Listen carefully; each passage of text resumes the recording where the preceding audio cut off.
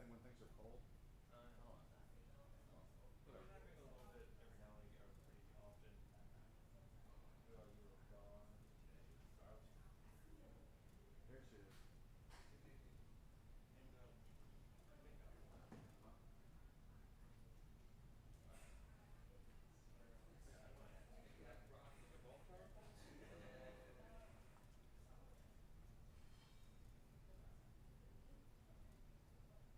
What is this one?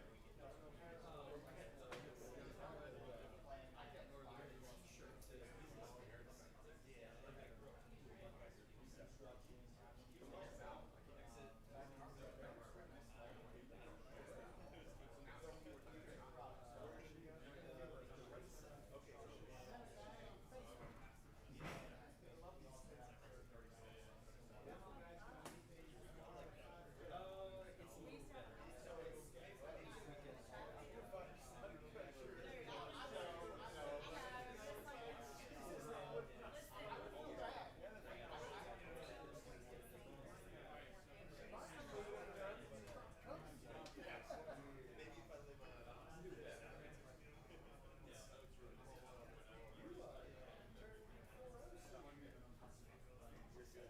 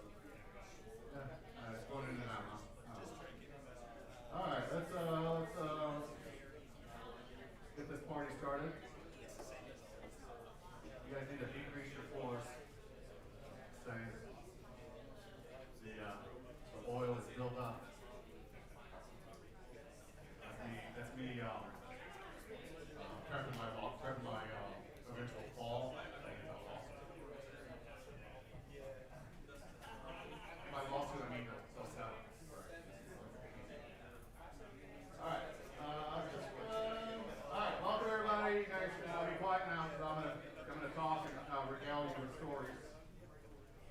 They did, yes, thank you very much. Good.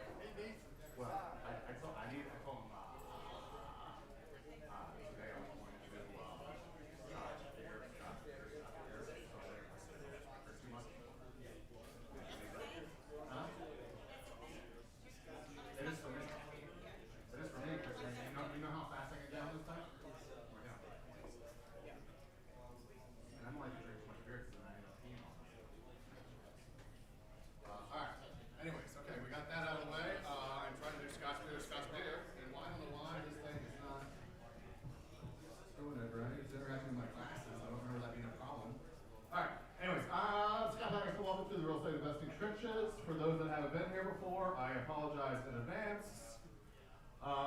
That's my information, and my purpose for doing the meeting is not to actually lose the $50 I do every week or month on this, but to find deals, buy wholesale, always look for short-term, long-term lenders, and I'll advise on deals. And advising on deals is a loss leader as well. I'll go out and take a look at it. Generally speaking, we won't do business because it won't make sense, right? But I'll give you advice anyways, because if you do 1 out of 10 of those, right, that makes sense. Okay. Disclaimer, I vouch for no one and nothing, and you do your own homework, right? So every now and then, back in the day when I did not say this, I would get some sort of thing like, oh, well, this guy this, or you said this guy was a good guy, or this guy spoke at your meeting, or this guy did this, or I don't even know, or whatever, I don't know. It's a people business, and people get along sometimes, and sometimes they don't. Sometimes people have a good day, sometimes people have a bad day, sometimes people fuck up jobs, sometimes they don't, right? It's all percentages, right? So I don't want to hear it. And I haven't heard it since I've done this, right? There are a lot of vanilla meetings. This isn't one. It is R. Although it has been NC-17 in the past, and the pandemic came, then last year I said to myself, you know what, I'm going to tone down the motherfuckers and all the other things. And then the pandemic hit, and then, who cares? Fuck it all, right? We're all going to die. Anyways, so who cares? Might as well offend everybody on my way out. That's my thing. You know what I mean? I'm like, I got terminal something. I'm gonna take people out.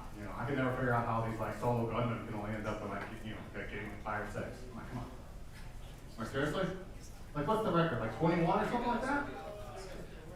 Some guy in the tower or whatever. You know what I mean? It just seems ridiculous. Don't worry, you guys are safe. You guys are all cool. I'm gonna go after the really annoying people that deserve it. So, anyways, but I have decided to make a concerted effort. This year, maybe 2 or 3 months ago, I had a 1% improvement the first meeting. I had a 5% improvement the second meeting. And then I lost count. But anyways, that's just not it. Okay, you can sponsor, whatever. Okay. My house cleaner guys, they do a little bit of post-construction cleaning as well, light demo. Give them a call, Carlos and his wife. Daily construction. Cheryl, would you like to talk about how awesome you are? Hi everyone, my name is Cheryl. Come on up here. Oh yeah, look at that. Hey, I don't get that clause, of course. I don't look like Cheryl. Alright. Hi, so I'm Cheryl. I'm the owner of Daily Construction. We do maintenance on rental properties across the Carolinas, and we also do light rehab, so just one room at a time. But yeah, so my information is there, 422-4300, or my cell phone is 492-0874. Cell phone was 704-492 0874. 0874. I don't know why all the guys are writing it down. I guess it is Pride Month, so I understand. All right. Let's see. Daily construction. Sohill, fundmywealth.com. He does all sorts of stuff. He does short-term lending, and he's starting to do some long-term lending, so he'll do a little bit of everything, right? And he's not constrained necessarily by all the rules that some of the other lenders might. So he's a good call, and if he can't do anything, he'll point you in the right direction. FundMyWealth.com. Meeting drink sponsor, Harry Marsh Law, 24-hour title. Whoop, whoop. What do we have? Wait, Hey, these drinks hey. are free? Not yet. No, not all of them. No, just the ones where you ask a stupid question, I give you a stupid ticket. That's coming up. I just asked a question. I just love that. Yeah. He is our preferred attorney. I don't even know what it is. We're supposed to have whatever. Anyways, he's bought drinks, so, you know, be nice to him if you see him, say, hey, thanks. All right. Now comes the, my favorite time, which is where you guys ask me questions, and I, because I stand in front of the room and I've got some arrogance and cockiness to me, I give you an answer that sounds like fucking amazing. You know, it's amazing. It's like, holy cow, this guy knows what he's talking about. All because, you know, if I had a clipboard, if I walked around with a clipboard and like a vest or whatever, the answer would be much better, but I don't have that right now, so we'll just, you know, pretend like I got a clipboard. All right. Now, we do bribe people that ask questions with drink tickets. So, I mean, it's almost a way to earn back your $10 that you wasted coming here. All right, so who wants to go first with their question? When are the foreclosures coming on the market? When are the foreclosures coming on the market? The so-called foreclosure avalanche, or the ones, are they filing them right now? I don't know. The landlord's got to be in trouble. Yeah, so, I think it's a mixed bag. Yeah, so the theory is that a lot of people,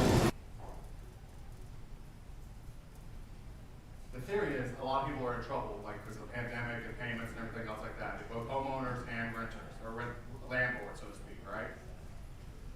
So the theory is there's going to be an avalanche of foreclosures. And I think that's true to a certain extent, but you've got a lot of headwinds.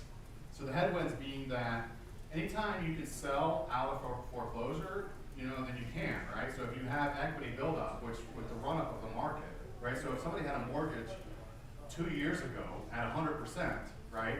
Now the mortgage is like 70%, right? Because it's skyrocketed. So it's easier for them to get out. You know what I'm saying? You know, so you've got that aspect of it. The other aspect of it is that the government's throwing a lot of money, or they will be. And I heard about one of the workouts. So the other thing is too is that they're doing loan modifications, right? So if a landlord or somebody or a homeowner is behind on payments, you know, one of the ways that you would do it, you know, besides the short sales, you could do like a workout where or a loan modification where they put the payments on the back and they just, you know, start you fresh or whatever the case may be. Forbearance. Forbearance, okay. Yeah, there's different terms for different thingamajigs. So the government is encouraging a lot of that, and I've heard it's amazingly easy, right? So back in the good old days, like 3 years ago, if you had to do like a workout or forbearance or whatever that is, you had to fill out a whole bunch of paperwork, you know, submit your bank stuff, your blood type and everything else like that, and then they would take a month or so to figure it out and reject you, or, you know, they were just, you know, a square peg in a round hole type thing. Oh my God. But now I've heard it's basically you call them, you say you want to work out, and they say, okay, it's done, right? So I had somebody bought a house where somebody was behind on the payments, and he's like, look, why don't you call them up and ask them if they do a workout for you to reduce the payments and everything else like this. He said the guy called, they approved it, they submitted all the paperwork, it was like done, like with one phone call. Like it was not even, he didn't even submit any paperwork, they were just like, okay, yes. And the only terms basically of the agreement is that they had to make the next 3 payments, right? So it lowered the payment, right? So it lowered the payment from like $800 down to $600, the interest rate and everything else like that. They put all the stuff on the back, right? So it became actually a much better loan for the guy that bought the house, and it was all one phone call. And he's like, look, I was planning on making $800 a month. You know what I mean? Now I'm paying $600 a month. Now I got a lower interest rate and everything else like that. You know, so I think those are the 2 main headwinds. Is that you got such a huge equity run up on everything. You know, so people are able to sell, and then the other is that you got all the modifications that the banks are going to be encouraged, and they're going to be, you know, they're going to be encouraged because they're going to be like, look, if you don't do X amount of these, then we're going to, like, you know, pull back the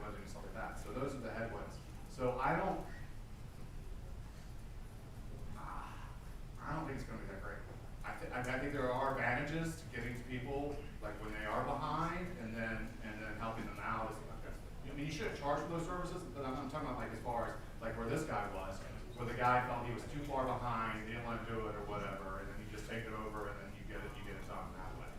You know, but who knows? You know, market could change a little bit or, you know, stuff. I mean, but there will be increases. I just don't think it's going to be like huge. All right. Next. How do you deal with the difficulty of getting title insurance if you buy a property from an election tax foreclosure? How do you deal with the difficulty of getting title insurance from a tax foreclosure? Did you guys know there's issues with that? Yeah. So the main issue, my understanding, with getting title insurance for tax foreclosure is having service on the individuals. So a lot of the times what happens is if you file foreclosure or whatever, especially particularly tax foreclosure in particular, because the people aren't living there or it's you know, it's an old addresses and then they get caught up and they basically forgot about the property, right? And so in order to be a title, so what happens is that they, you know, when they do the tax foreclosure, they've got to advertise it, they got to send it to the last address, and send it to the address that they're foreclosing on, right? That's the extent of their whatever. And the heirs. And the heirs or whoever it is, right? 30 years. So, That's the problem, is in RIM tax foreclosures are the most difficult to be title what insurance. did you call it? In RIM, What is that? it's NREM. just called in RIM, I mean, it's just what it's. Define NREM then. I don't remember what it's. Is that real? That's, Is that, that's the standard, I mean, North Carolina in RIM is when it's basically hard to find the people that are. Oh, okay, all right, yeah, yeah. So, yeah, so the thing is that what happens is that if I didn't serve you and you didn't sign the paper, right, you know what I mean? So if I've got a tax foreclosure, they don't have to necessarily have me sign it. They just have to send it to my last address and to the property address.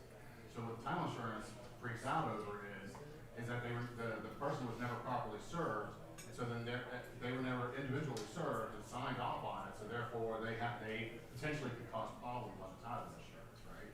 You know, so the exception is that if you do a tax foreclosure, I think you can get pretty good in title insurance pretty quickly, with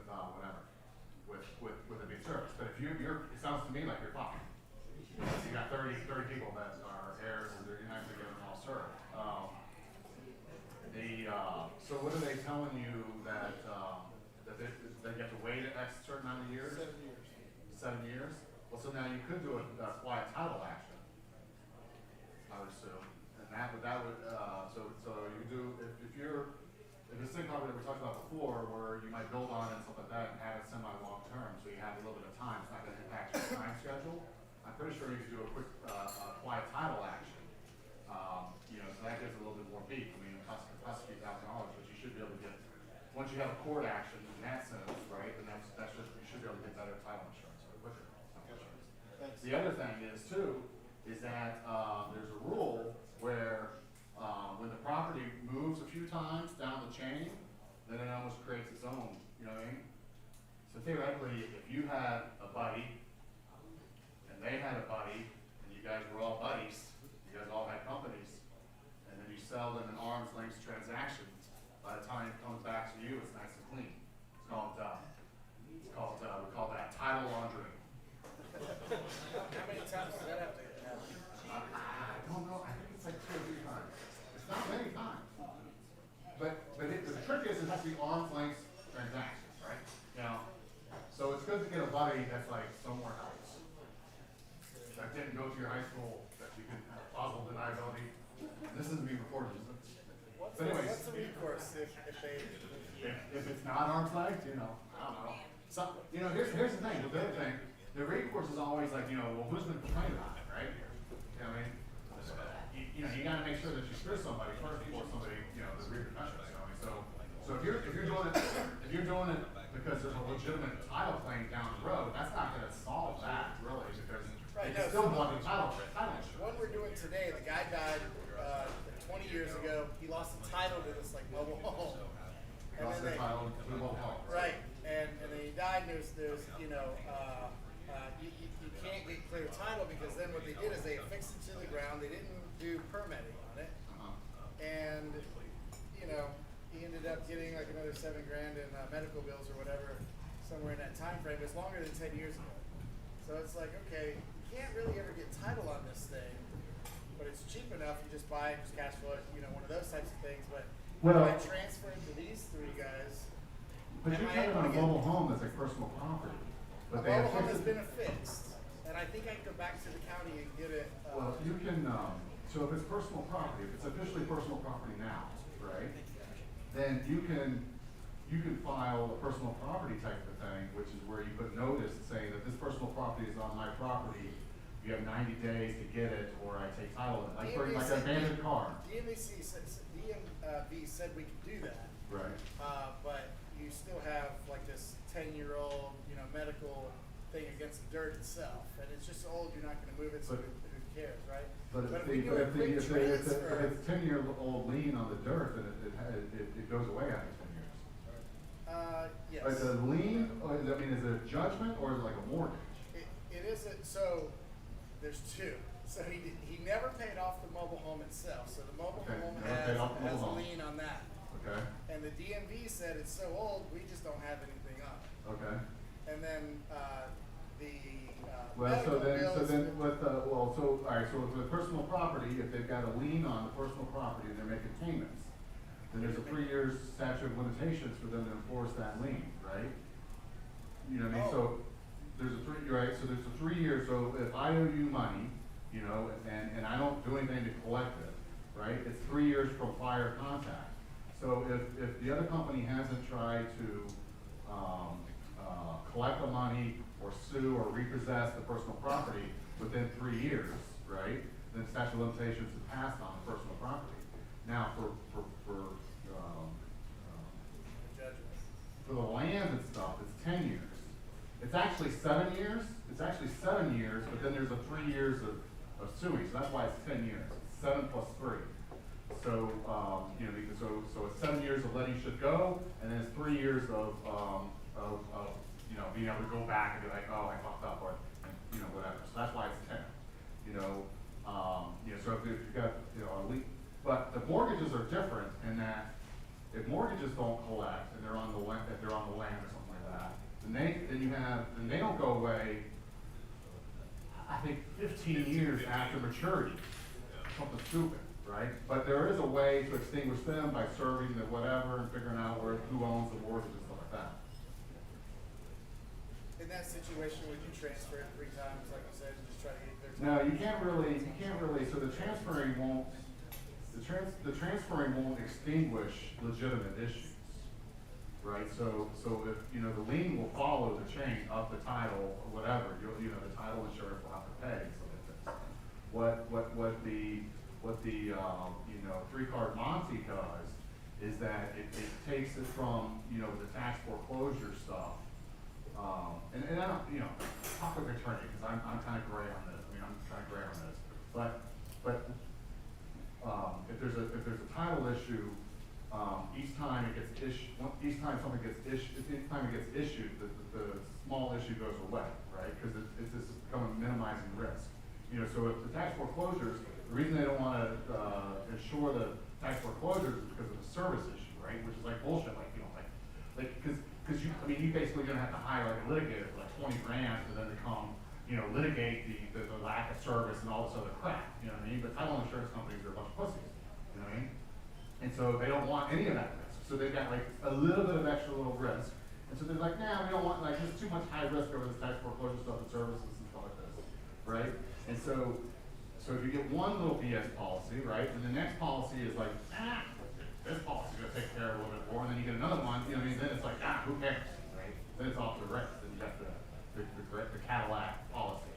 It's not just transferring, you also need to get some kind of policy that will cover a little bit of it, some part of it. Yeah, I don't, you know, again, I'm fuzzy on the details, but there is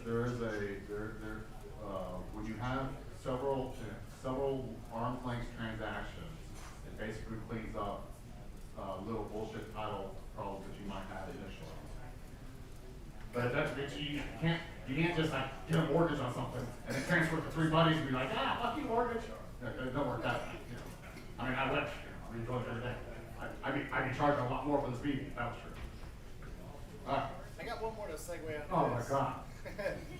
What's it? No, we're gonna move on, what's the and then we'll come restriction? back to you. Okay, please go with his. Yeah, you know, yeah. These people don't even know what's going on. They're like, something about a mobile home and a fucking title insurance. I don't even know what title is. Goddamn title fucking shit.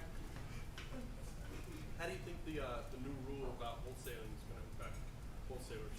How do I think the new rule should affect wholesalers? Well, I think, like all good liberal policies, it ends up fucking the small guy.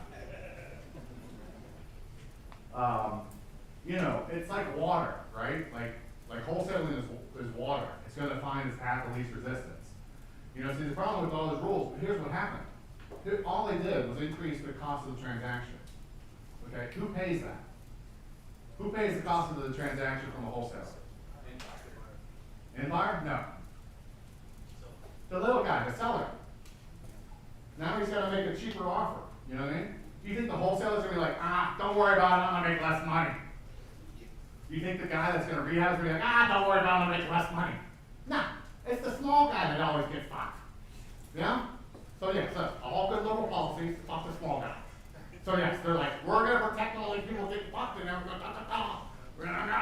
and now the wholesaler's like, yeah, normally I go offer you 50, but now I got to pay for extra closing, so I'm going to offer you 48. Because it's a $2,000 difference. But they don't say 48, they say 45, right? Because we're all in a margin business, right? So if my cost goes up 10%, right? And I've got a 30% margin, what does that end up fucking the other guy for? 15%. See how it works? So all these rules, all rules ever do is increase profit margins for big guys and screws the small guys. And so no. Is wholesaling gonna stop? No. There'll be less wholesalers because some people are scared. The bigger wholesalers will get bigger, and they'll get richer because their margins will increase. And the attorneys will make more money because they're doing more closings, they're doing more stuff, and they're charging more, right?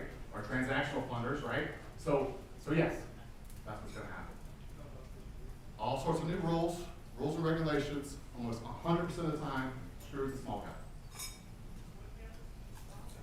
Huh?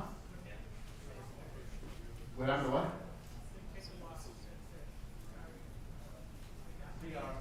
We got nine. All right, one more question, we'll go back to this guy.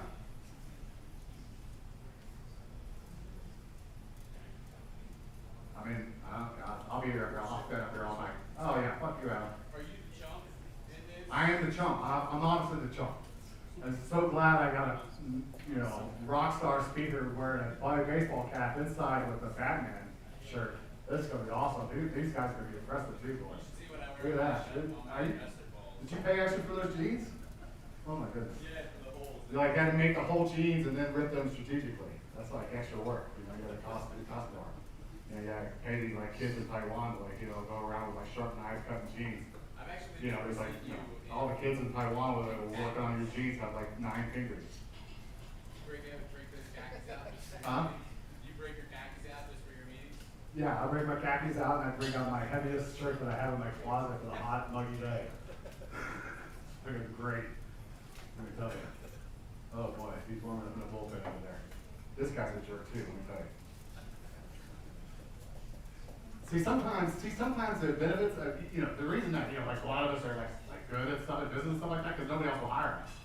Like we're HR nightmares. Like, what do you, I'm like, what are you gonna do? Good at business. It was great when I went back waiting tables and stuff like that. I got like fired like 4 times. It was like terrible. I'm like, all right, I need to keep my mouth shut. They're like, they had like an employee meeting once. True story. An employee meeting, and they were like, so what do you guys think? And I was like, that sounds stupid. I think it was like 48 hours later. Yeah. Oh, we don't need you anymore. I'm like, oh, well, you shouldn't have asked the opinion. And by the way, it was a dumb policy. It was a really dumb policy that they reversed.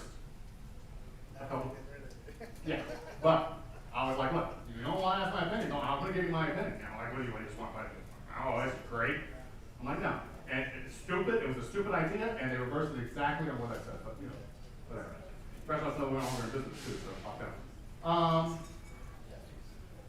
felt like there was a question, maybe, before I went on my little rant about HR nightmares.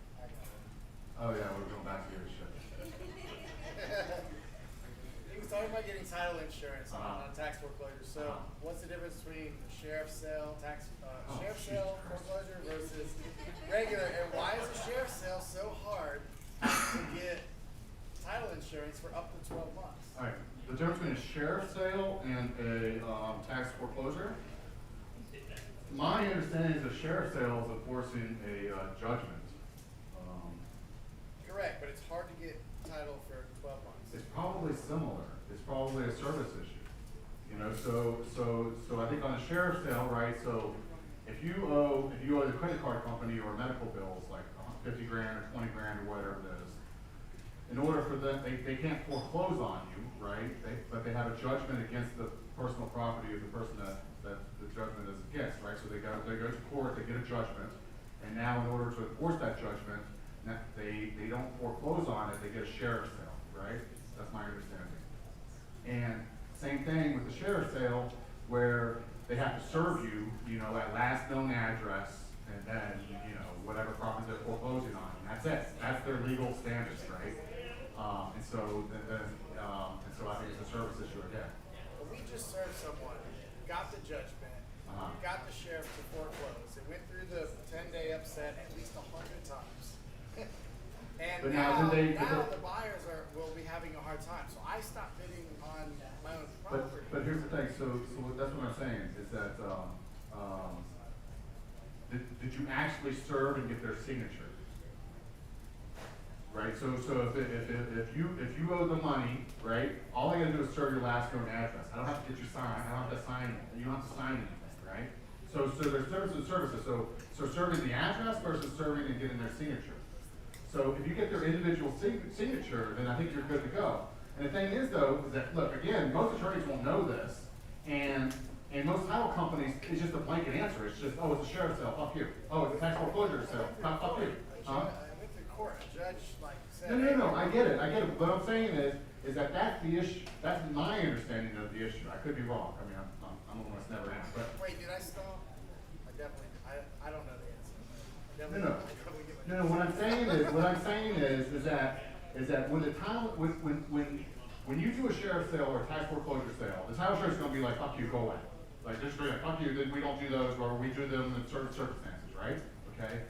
What I'm saying is that their issue is the service, is the individual signature proving that you serve that individual. And if you tell them that that's what you have, then their issue should go away. The attorneys don't always know that, and the title companies don't always know that, right? Because they're just giving you the blanket reflex answer, like, no, we don't do that. No, we don't do it this way, or we don't, you know, it's just the reflex. And I'm saying, the genius of me in the meeting, and me knowing all this bullshit, is that you say, no, attorney, We went to and court, whatever. here's the thing, signed by the judge, she was there. Yes, Whatever. then you say, hey, what is the issue, why won't you do it? And then when you ask those questions, you get that answer. You know what I mean? But yes, the person working the desk doesn't know that that's why. You know what I mean? They just know that this is the reflex answer. You know, no, screw you, right? And you say, no, well, don't screw me. You know, this is the answer, you know, here's the solution. You know, just like you guys know, like 10 years of property taxes aren't, they might be owed, but they're not enforceable, right? So if you buy a property with 12 years of property taxes, you don't have to pay the 11th and 12th year, right? Does that make sense? Right? Well, you know, fucking attorneys, they'll make you pay the whole thing.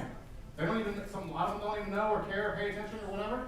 And I mean, I had an attorney write me a check for $3,500. I'm like, asshole, why did you pay the 11th and 12th year? It's like, well, that's what it said it was owed. I'm like, well, thank you, but you know, I don't give a shit. You know, give me that money.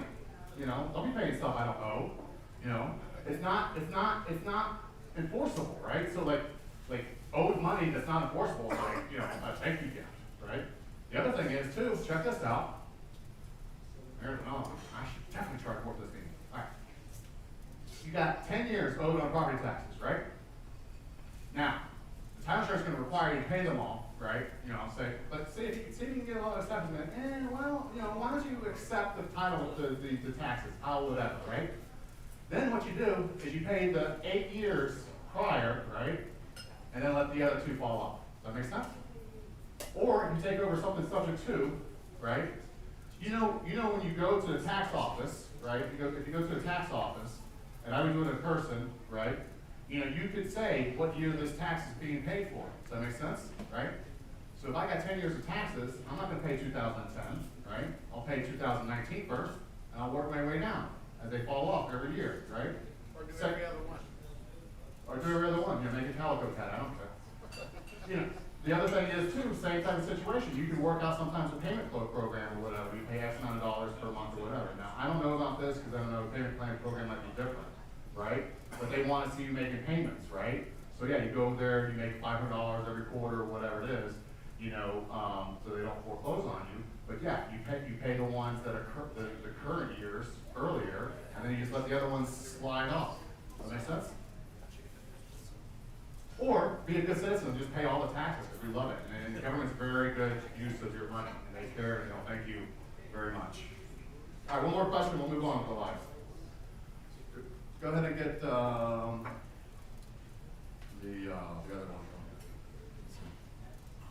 What am I, which one is it? Business of flipping. One more question?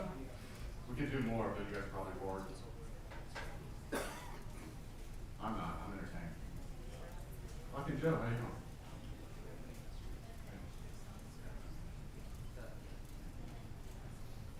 Someone put us out of our misery. When's lumber coming down? When's lumber coming down? Okay, that doesn't count as a question. So when is the lumber coming down?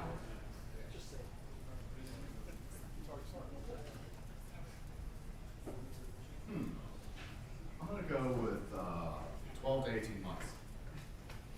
I'm gonna say 2 years for recovery. But yeah, once prices go up, it's hard for them to come back down. Not only that, but one of the major issues with it is a very monopolistic industry. It's owned by only a handful of companies, right? Three of them. Three They all companies, work right. together. They all Yeah. own a portion, so they're all squeezing. Yeah. So, so they're all winking, so maybe it takes a year or so for the antitrust thing to come through. On the point of the price of lumber being up, what about other costs involved in a rehab? With talk of like inflation coming down the pipeline, or is everything more expensive right now? Yeah, everything's more expensive across the board. The supply chain got around to it, and I think my understanding of the biggest problem is the raw materials to make stuff, right? So I don't know, this is really stupid of me. I don't know why I don't have my own other little bullshit company I have as a sponsor, but I sell water bottles and stuff like this. And so there's a problem with, for example, caps. Okay, like little aluminum caps or little beer cap stuff, or any kind of caps, right? And the problem is not manufacturing; it's getting the actual raw material, right? And so that's my understanding is that the raw materials across the board in all industries got absolutely zapped or something broke down in that process, and that was the major issue was the raw materials, and so that's impacted the whole supply chain, right? Not only that, another interesting thing is you know how fucked we are with shipping containers? Do you know this is a real thing? Like the shipping containers? And this is what I don't understand, right? So apparently we have all the shipping containers, right? Because China sends all their stuff. But some geniuses aren't sending the shipping containers back to China, so China doesn't have any shipping containers. Does that make sense? If you send over a full load of containers, right? Wouldn't you take that full load of containers back so you can bring more shit back? That's the objective. We don't want shit. You don't ship empty containers. Well, okay, yeah, but it was called, the shipping containers is a global problem. And so shipping has increased quite a bit. So if it might cost you $5,000 or $10,000, to get a shipping container last year, right? It's costing you triple, right? So the shipping in general, whatever, just because it's You get to keep the container. Huh? You get to keep the container. I guess, I don't know.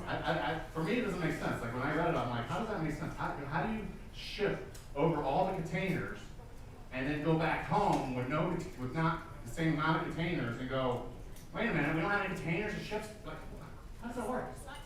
They're not the same company. The driver, the Uber driver. We're talking about the shipping, the huge. Not clear. The freighter does not own the containers. Okay. The container company won't pay the freighter to haul the empty container. Back, right. Well, we're not exporting anything anymore, so they don't want to send them back. No, but we're importing They won't stuff. send it empty. Correct, once they get here, if we don't export something back. they can't make money on the damn container. You're right. We can ship air back to them. Anyways, whatever. It's a weird thing that's a problem. I don't know. So that's causing increases too. So like I can't even get like the larger water bottles, like 1 gallon. Well, it's basically half-gallon water bottles to like a gallon. It's like kind of a sweet spot. We're just spotting right now because the larger containers are made here stateside. You know, like 2 gallons, 3 gallons, 5 gallon bottles are made here, right? And then the smaller bottles doesn't matter because it's like whatever, right? But a half gallon to 1 gallon is like, you know, they're like, well, we can't, like our shipping is quadrupled, you know what I mean? And we're basically shipping air as it is. And I'm like, how do you fuck? These people are paying a lot of money for these things now. They don't care. Like, you know, supplying to me. Anyway. Okay. Business of real estate flipping. Moving on. Feel free to go to the bathroom if you need to. We don't let you go back. Alright, this is a short and easy one. This is maybe basic for some, but I'll throw in the little nuggets when I can. And I don't, I think a lot of professionals don't really think of it as a business, you buy inventory, sell inventory, but it's a business like anything else. Okay? All right, yes, it's a business. Okay, congratulations, right? And that's how we all look doing business. Yeah, that's how we all, except for this guy, except for when you get in become a syndicator and you become a lion, not a sheep. Yeah. Then you just wear whatever you want because it's that now. All right. I think of it this way, 3 elements of the business: inventory, financing, and processing, right? You gotta have something, and then you gotta you gotta get the money for it, and then you gotta process it. You gotta move it through the chain, right? Does that make sense? Kind of basic. It's about, I don't know, you probably put every business in that pretty much. The math. R, after repaired value, right? So what is the thing gonna be worth when you're done with it? No matter what you do to it. And you want to maximize whatever that is. You got to figure out what the sweet spot is. I've been talking to Chad or whatever, and he was doing 2,000 square foot house. I'm like, I don't know. I think to maximize the value of the property is in return is probably going to be 2,500, 2,700 square feet, right? But you always have to do that calculation, right? You got to do time value. Okay, so if I do an extra 500 feet, well now I gotta get new plans, now I gotta do a little bit extra time, now, all this other stuff, extra financing, whatever the case is. So it's not always a linear issue, right? But you do, so there is, so there's an art to it. It's not always a science for figuring out what ARV is, right? And I haven't seen, but I read a story, where somebody basically, bought a house, they renovated it, right? And then, you know what happened? Another investor came in, they scraped it and built a new house, right? So that was somebody that didn't figure out what the highest and best use for that land was, right? So they basically, whatever they spent on the renovation in the time, they lost because the guy didn't give a shit, Minus your repairs equals Mayo, which is a maximum allowable offer, right? So that's what you should go with. And then you take your maximum allowable offer and you subtract off $5,000 for the wonderful liberal rules that we got instituted last month, and you shortchange the little guys. After repair value, maximum allowable offer, and then 0.65 is more conservative and allows for additional borrowed money. How many of you guys have seen the following question on a Facebook group or forum or anything else like that? Are you guys still paying 70% of value? We're paying like 80% now. I can't believe you guys are paying 70%. You can't do deals at 70%. We're buying at 80%, right? And they're like, they can't believe that people are buying at 70%, right? Does that make sense? You guys hear that all the time, right? Okay, well, if you're buying at 80%, you're gonna fucking lose, okay? Every business has its margins for a reason, right? I don't know what McDonald's margins is, I don't know what Walmart's margin is, Food Lines, I don't know what other insurance company margins are, I don't know other companies' margins are, I don't know what they are, right? But there's an industry standard of what the margins are, right? And it's billions and billions of dollars of commerce have come down to tell you what the margins should be. Does that make sense? Right? So if McDonald's is supposed to gross 56, they're probably supposed to gross 70%. So say they're supposed to gross 70% on their cost of goods, right? Right? Well, if some genius comes along and, man, I could do it at 60%, right? You know what I mean? Then he's gonna learn eventually why they needed to be at 70%. Does that make sense? Right? So if you want to be a genius and get all these other deals and buy at 80%, right? You're eventually gonna learn why it should have been 70%. And guess when you get to find out when that should have been? When it's too late and you're too far in and you're fucked, right? Like when everything's going well, you don't need that extra 10% margin, right? You know? And not only that, that extra 10% margin is the difference between sinking and swimming, right? Sinking and surviving, right? You know, so like, you know, so if you can only hold your breath for 4 minutes, right? You know, but now you gotta hold your breath for 7 minutes. That's the difference between like sucking and dying, right? And so that's the difference in margins, right? So yeah, so the difference between 70% and 80% is sucking and dying. So, some of you guys won't listen and you'll learn the hard way, but whatever. The formula is too is about a 10% holding and transaction costs for a gross profit of about 20%. Okay? Oh, and then yes, we're in an increasing climate, right? So people are saved. So people are buying at 80% and they're saved because by the time they're done, it's increased 10%. But again, you know what I mean? Just because you get lucky doesn't mean that you're getting lucky all the time, right? You guys know what I'm talking about. Let's see. I look at it this way. It's about 7% transaction costs. So it's about 23-28% gross profit, depending on if you're at 65 or 70%, okay? Each of those elements, and I'm gonna actually revise this on the fly. I did revise a little bit of it, but I'm going to revise it verbally. And each of the three elements, about a third of the gross profit. All right, does that make sense? So the person that brings the inventory, the wholesaler, so to speak, is about a third of the profit. The person that's processing, so for example, the person managing the rehab is about a third of the profit, and then the money cost is about a third, okay? Depending on that's about how it shakes out on average. Okay. Scotty, Yes. use the same formula for holds, rentals, or just flips? No, so this is just business of flipping. Now, the formula that I would use for holds is, can I get my money back? So you get like 55? Can I get my money back, and does the rent pay the mortgage? Right. You know what I mean? So, that's all I would care about. You know, so, so it's like the Burr method, right? So when you initially buy a rental, before you finance it and things like that, or refinance it, you're gonna have a certain amount of cash in there, right? So you wanna always be able to see yourself getting that cash out, plus a little bit more, right? Because, if I see myself getting out 20 grand, I'm gonna get out 18 grand, you know? So I want, if I put in 20 grand, I wanna see myself getting out 25. So when the lenders fuck me last minute, you know how they do, right? They're like, oh, by the way, you know what I mean? Like what lender doesn't fuck you? I mean, not you back in the day, but like the lender's like, oh, yeah, you remember that rate I promised you? Yeah, it's a little bit more. Oh, I'm getting a little constant. No, I'm afraid. And then you're like screwed, right? So if I put in 20 grand, I want to be able to see myself getting out 25 back out of it when I refinance, right? So that's, and then I want to be able to see the rental payment be about so the average is about 40%. So if you bring in $1,000, your cost of that $1,000 in rent is going to be $400. Does that make sense? So your principal and interest should be $600 or less. Okay. Now the advantage is if you rehab the property, so that 40% is going to pay for your taxes and insurance. Okay.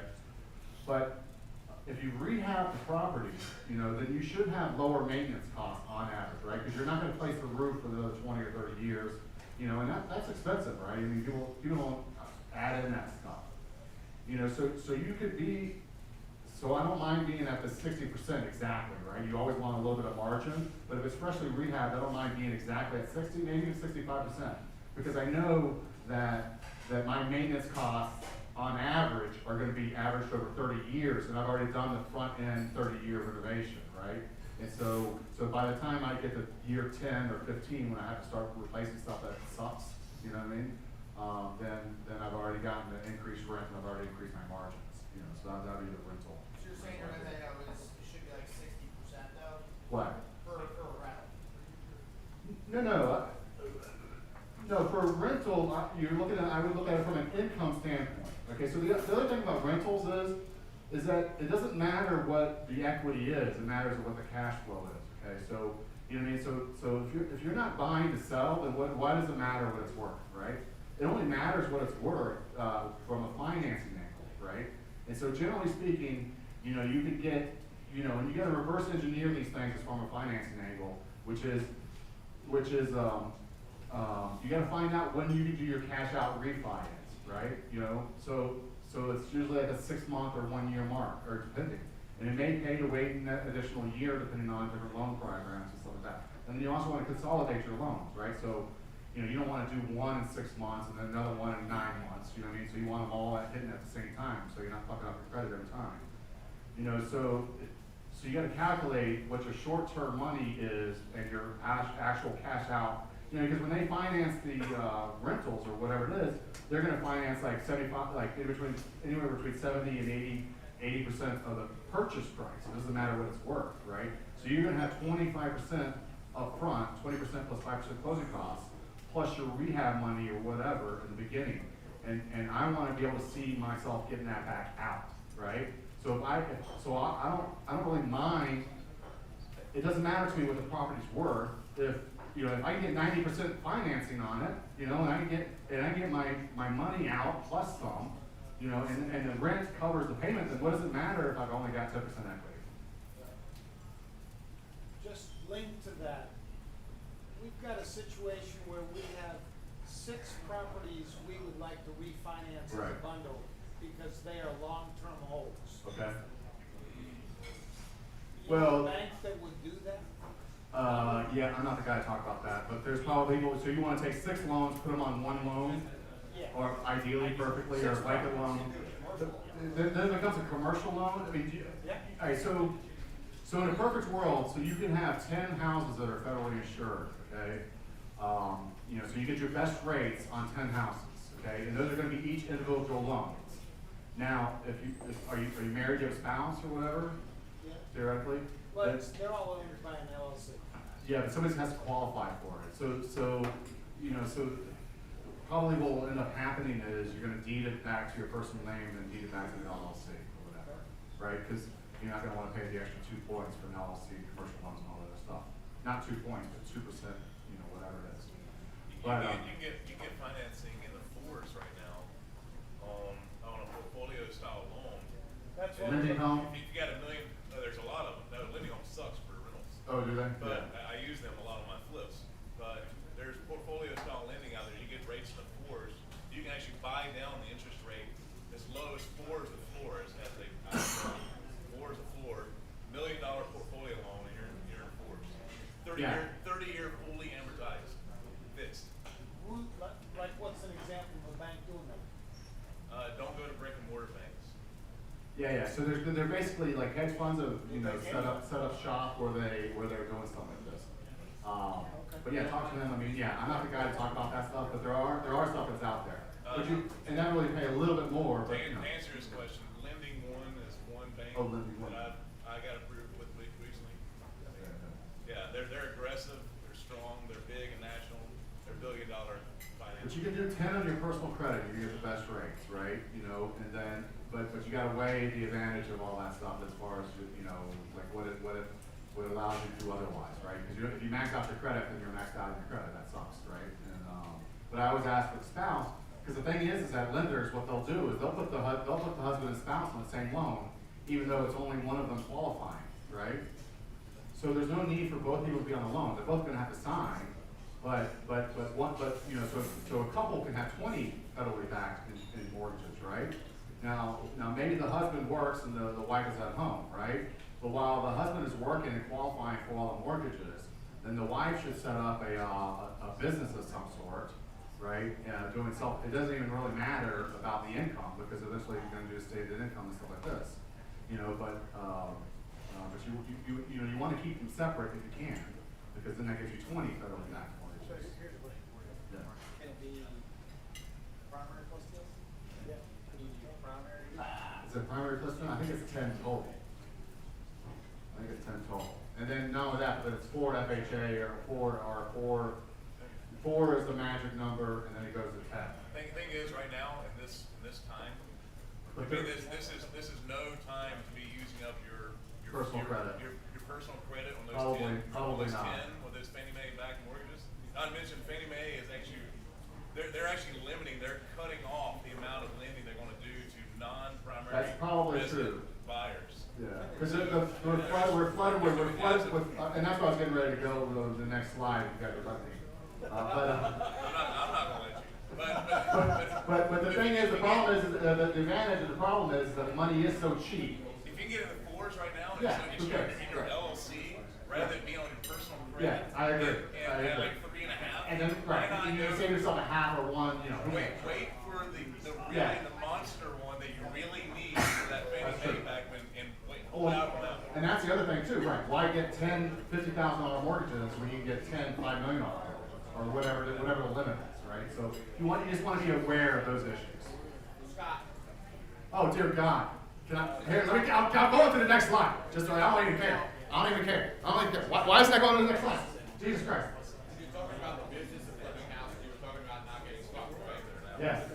So I think it's important to maybe mention not over leveraging someone's self or themselves, right? How many people have you and I heard of that lost fucking everything in 08 because Oh yeah, don't talk to me about that. they were leveraged? But you know what? It was not a leverage issue. Well, that's a different. That's a different. Yeah. They cash out refi every single one of their properties and they can't float things when shit starts to. Well, I mean, the thing is, theoretically, if you cash out, refi your properties, like I said, you know, the rent should cover the problem is people don't calculate that it's 40%, right? So like the the gurus all come up here and they say, oh, well you rented it out for $8,000 or for $1,000 and your payment's $800 and your cash flowing $200, right? That's what everybody says, right? But you're actually losing $200 a month, right? I mean, that's a lot of money to be losing on a property, right? But the thing is, you don't lose that money right away, right? You lose it in like 18 months or 2 years or 3 years or whatever it is. But if you've got 10 properties that are cash flowing 200 that are actually losing 200, right? You think you're doing well, right? But you don't know what your numbers are. Again, that's the same, is that, you know, the margins are the margins, right? And so when I say that the average cost of a rental is 40% of expenses, who's told you that? Anybody? Am I the first one? I'm one of the first motherfuckers that said that to you, right? You know? Not only that, but all these people have these fancy ass spreadsheets, and they put in, oh, the vacancy is going to be 7.5%, and I'm doing $100 a month in maintenance, and 4% in management, blah blah blah blah. Who gives a fuck, right? The average over billions and billions of transactions is 40%, right? So why do you bother with a fucking spreadsheet? You take the rent, and you take 60% of that, and that is how much you have to cover, right? And your spreadsheet is lying to you. You know? It depends. It doesn't depend. If it's a Class A property, it's gonna be different than Class D. No. Class D will eat you alive in time. The average is 40%. Averaged out with. Averaged out with billions and billions and trillions of transactions over the history of mankind. No, I would say actually shitty properties you should be 50%. Okay. So let's say 40%, let's say 40% for ABC properties, and you're at 50% for D and F. Okay, but you're also, but if you were just looking at all Class A and stuff that's fully. All right, so you're gonna be a Class A, you're gonna be at 37.5%. You say so. I mean, maybe you're gonna be at 35%, okay? And then you can bring that extra 5% and, you know, regale me with it because I told you 60%, 40%, right? Yeah, of course it's gonna, there's always gonna be variances, right? You know, but, you know, you just take the big number and say, 40%, done, right? And then you're gonna be off a couple of percentages, so fuck on, you know? If you can't lose a couple percent or gain a couple percent, then it's fine, you know? But people spend all this money on these damn spreadsheets trying to figure out all this, like, whatever it is. I'm like, fuck it, just take 40% off of it, that's what it's gonna be. And if you're the man and you're the great manager, then you make a little extra money, well then you should get a little extra money, right? If you're an idiot, then you're gonna lose a little bit extra money, you know? But yeah, I mean, the properties are gonna matter, like the A's are gonna have a little bit less of a percentage, you know, the shittier the property, if you're in the hood, it's about 50%. You know? Alright, so then, so the way I look at it is about a third of the gross profit to the provider, process manager, and the money cost, right? So here's the conversation, right? You know how the conversation goes, right? The conversation goes, the process manager, being the contractor or whatever like this, he's busting his ass, he's out there screwing around and cussing out everybody, and it's a lot of work, right? It's a lot of work. The guy's like, holy cow, this is a lot of work. Well, I'm doing all the work. I should get more money, right? And then the money guy comes along and says, fuck you don't even have any money. I should get all the money, right? This is the conversation that everybody has with the fucking worker bees, the contractors, and the fucking money people, right? Money people always want more than money because that's why they have the money, right? Does that make sense? Right? And then the worker bees always want more money because they fucking work and bust their ass, right? Right? But, you know, fuck them. Fuck them. Because you know what? Nobody has a job without a provider. And I will revise it now. I say that the deal provider should get 40% and 30 and 30. I think those are the new numbers. And if you've seen the new wholesale deals and the wholesalers, what the wholesalers are racking up, you know, they're approaching 50%.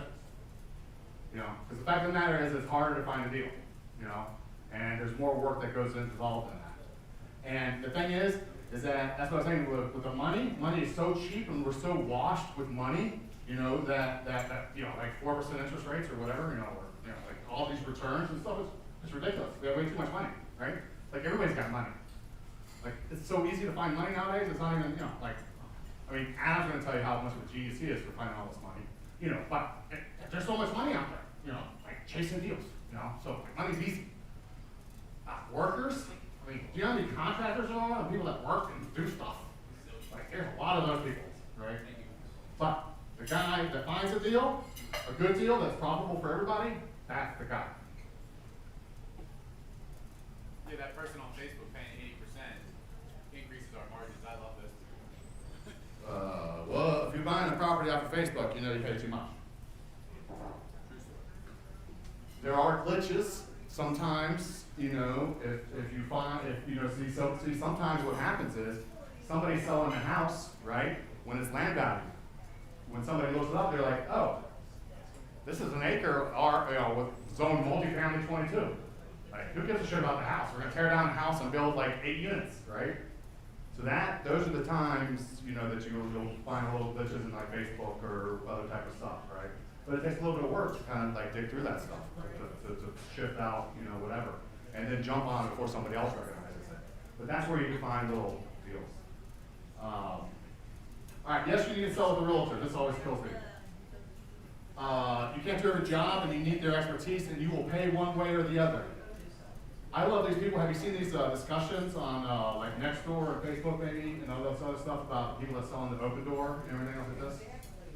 And there's inevitably a few people that are just like happy as anything. You're like, oh, we got our number. Like we wanted $200,000 for a house, and they gave us $200,000, and we're just so happy or whatever, right? They're only happy because they don't know how much they lost, right? They don't know what their opportunity cost, right? They don't know if they had used a realtor, they would have gotten $220. Does that make sense? Yeah. So I always like it too. So the new fixers, see, think about like as a real estate people like this, you know, and like money, real estate financiers kind of guys that we are and entrepreneurs, we're always trying to save a buck, right? You know, so it's always we're trying to cut the angles. You know, these realtors, they don't do shit. They just fucking put a sign in the yard, take calls, they make, you know, all this goddamn money and shit, they're fucked up. You know what I mean? And I'm always like, same way with wholesalers, right? All these wholesalers, all they do is like wholesale the house and they make 20, 30, 50 grand and you know, they have no shit. And I'm like, you know what? That's a great idea. You just identified the business you should go in, right? Like, if you're complaining about everybody else making the money, then that's what you fucking should do, right? Because if you're doing all the work and you're not making that much money and you're bitching about all these people not doing any work and making a lot more money, I'm thinking you should try. Make sense? Like, I love these people that bitch about wholesalers and stuff like this. I'm like, well, you know what you should do is go fuck wholesale. And you know how long they would last? Like 3 months, they're like, fuck this, I can't find a deal. Right? So all these realtors, all they do is just stick signs and just make all this money, and well, how could be a realtor then? So my favorite story is, and I hear this story once a year, I don't hear it very much anymore because I keep harping on this. Get a new flipper, they're smart, they know the market, they know all the numbers, and they're like, well, we're gonna list with a realtor, but sale sign in the yard, and if we sell it before we're done, then we'll cut out and fuck the realtor, right? Who's done that? Who's done that? Ah, you fucked yourself. Huh? Ah. Here's what happens. You go into it, the house, you're like, okay, I'm gonna buy this, I'm gonna fix it up, I'm gonna sell it for 200 grand. That's my number. And so you're like, well, you know, if I can sell it without a realtor for 200 grand, you know, then I'm gonna be happy, right? Did you ever ask the realtor, after you sold it for 200 grand, what they could have gotten it for you? I wouldn't ask that question.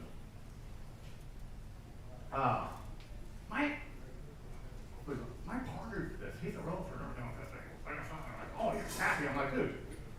I mean, you know, you fucked yourself out at 50 grand. Congratulations. You know what I mean? So. Well, I actually thought that worked on 2 flips up in Morrisville. They were little properties, but the realtor wouldn't have shown them in the conditions that they were. But were they listed?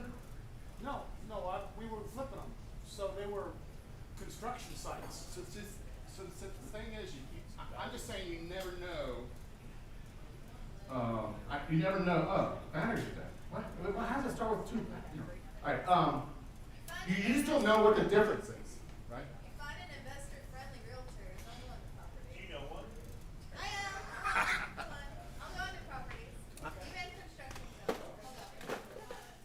Hold on. It's a definition So- of penny wise and pound foolish, Well, right? You're I- trying to save a couple bucks and potentially costing yourself something. And look, I don't know if you lost money on those deals or not. It's impossible to say. I'm saying on average you're going to lose more money than you think you are, but you'll never know what you're actually losing, right? So just like those people on Nextdoor saying how great Open Door is, it's because they got their number, right? But how many times have you guys done a rehab, right? And then your ARV, you know, your realtor comes in and says, no, you can get an extra 50 grand or 75. You know that happens to me practically every time. You know, I mean, well, my product's awesome, of course. You know, I autograph it for them, so that's worth something. You know, but you know, we always start at X and then it ends up at Y. And the thing is that you don't know what the actual market is, right? And so we like to think that we know what the market is, and we should know what the market is, right? But nobody knows it as well as a good experienced realtor, right?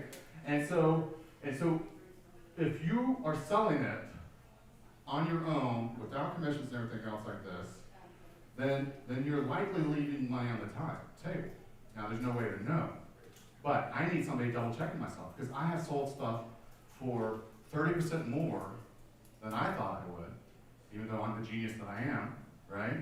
Because the realtor knew the market, right? And there's no way to know the market as well as a realtor unless you're a realtor, right? You know, so like that's what I'm saying. Like, so not only that, so when I'm doing a flip or whatever like this, right? So then I can tell, I can ask the realtor, you know, like what, you know, like what do people want? You know, like they're like, oh no, you got to put a fucking dog bowl. Everybody wants a damn dog bowl built into their little hanging shelf stuff or shit. You know what I mean? Like, you know, stupid stuff like that, right? You know what I mean? Like, oh, you don't understand, like, you know, underwear starts flying off when they see this shit on the wall. You know, like whatever it is. You know what I mean? Like so. You know, so they kind of keep you up with little trends, or like what are they expecting at this price point? What's going to blow them away? So you're picking their brains for little stuff like that, and then also they know, you know, like how does this location compare to others? Because that's the other thing too, is that, you know, they'll know the streets better, or they'll know the area better, so they'll know that, okay, well yours comps out 300 when you compare it against these other two, but you don't understand the other two. This was the problem with this one, and this was the problem with this one. Yours doesn't have that problem. So even though you think that you have the same comps, you're not. You're actually 20% more, right? But we would never know that. And so people are just, you know, so ignorance is bliss, right? You know, and so on average, right, you should make more money off with a realtor, and you'll never know what you're missing out on. Not only that, they'll head off problems with buyers and stuff like that. Not only that, but I'm a jerk, right? So she takes my jerkiness, right, and then she filters it in so that it's less jerky by the time it gets. Right? Otherwise, I would just kill the deals. You know, it's like, oh, go buy something. Like, oh, you can't say that, Scott.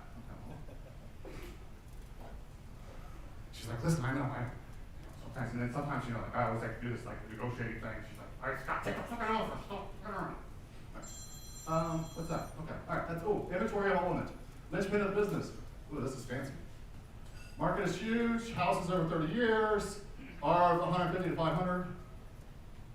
You know, obviously a sweet spot 300 to 400, you know, and maybe that should be revised up now, 200 to 750, I don't know.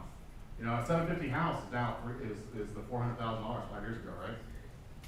I mean, when interest rates go down to half, you know, doubles buying power. Is that for Charlotte, or are you talking about just across the board? Like a smaller, less. Generally speaking, I mean, if you're in Los Angeles, you know, it's gonna be a little bit more. Are there any markets within an hour and a half, 2 hour drive that you could get a better ARV? What do you mean by better R? Like, to be able to do a deal where you're putting in less money? I wouldn't wanna sell anything below 150 Okay. on a house type situation. Just because if somebody could qualify a house, like I don't even know, like, what, I mean, like, you probably have to make 35 grand to qualify for a house for 150, you know what I mean? So, like, there's nobody qualifying for 150. You know what I mean? They're qualifying for 200 or 300. So somebody's not gonna buy a 150 house because they could, you know, like, if they're qualifying for 200,000, they're gonna look for the 225 house, right? You know, like, Well, more is always better. It's also a ratio thing. You talk about ratios. So if you're doing 150 houses, you got to do more 150 houses to make the same money that you make on a 450 house. So if you're trying to do a shitload more work to make the same amount of money, do cheaper deals. Yeah. No. Yeah, there's a balancing act. I mean, there's arguments to be made on both sides of doing, you know, smaller houses, you know, less decisions, there's more systemized into it, and you can use shittier contractors on average. You know, the higher you go up, the more detailed and better contractors and higher, you know, stuff like that. You know, but then you got the margins, and then you got the different, you know, whether you're managing 10 projects versus 1. So there's arguments, it depends on what you're good at, right? If you're good at detail and all that type of stuff, then this might be for you. If you're good at systems, then the smaller ones might be good for you. But I think just about anybody that Fox and Mirror qualifies for 200 grand, right? You know, so, and then the problem is too, is that when you're dealing with somebody that's only qualified for 150, you're dealing with somebody that's like, you know, a paycheck away from being fucking not qualified, right? So, you know, they've got like one credit card bill comes in and screws up their whole debt to income ratio or something like this, and now they don't qualify. So you're gonna have a lot more problems with the smaller houses as far as screwed up deals, right? You know, there's, you know, very rarely screwed, like, you know, in the $500,000 to $1 million house range, right? Like, there's never a problem with their mortgage, you know, unless it's your next deal, then there's definitely gonna be a problem with their mortgage. But they've done it a few times, and they're smooth sailing. You know, their income is like, you know, steady, and you know, there's a lot less problems.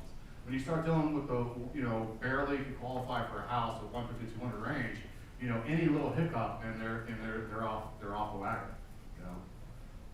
But there's a lot of marketing. There's money. I mean, there's money in everything. You know, everything has its margins and everything has its ups and downs. You just got to pick out what works for you.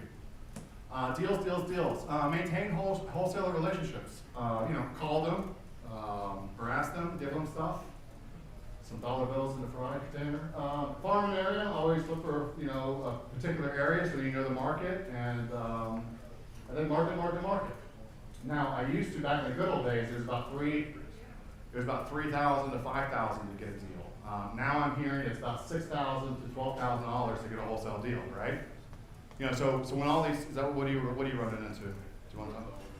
You're lower. Well, yeah, but you're good. You're fucking Gigi. You're the best. That's why you're speaking. Business out of it, so. Huh? And it depends on the marketing channel and the deals. Well, yeah, but I'm saying on average, right? So that's the thing, is that people don't understand, is that some, you know, wholesalers making 20, 30 grand, but they have $6,000 to $12,000 worth of effort or marketing money to get that deal, right? You know, so it's the cost of doing business. So the advantage is, you know, back in the day, it cost us $3,000 to $5,000 or so to get a deal, right? But then we were only making 10, 15 on the wholesale deal.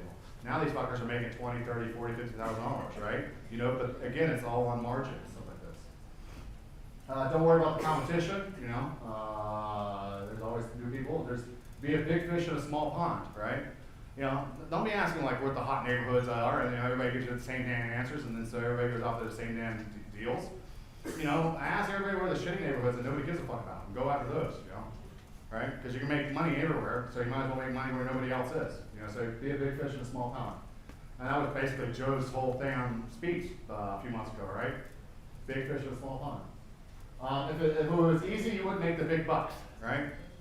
You know, you're gonna make 20 grand or 30 grand on a wholesale deal, right? I mean, you know, how long does it take for the average person to work for that, right? You know, so even if you're making, if you're gonna make $250 a year, right? That's one deal a month, right? 20 grand, right? So that means you gotta work 160 hours to get that one deal, right? That's a lot of work, right? Plus marketing and risk and everything else like that, right? So you gotta spend 6 to 12 grand in marketing and effort, put in 160 hours to make that 20 grand. It's actually a pretty good trade-off, right? Most people would make that trade-off, but because they're not guaranteed it, they fucking like put in 20 hours of work, right, and say it doesn't work, right? Financing element, institutional hard money, private hard money, your money, friends and family, and raise money.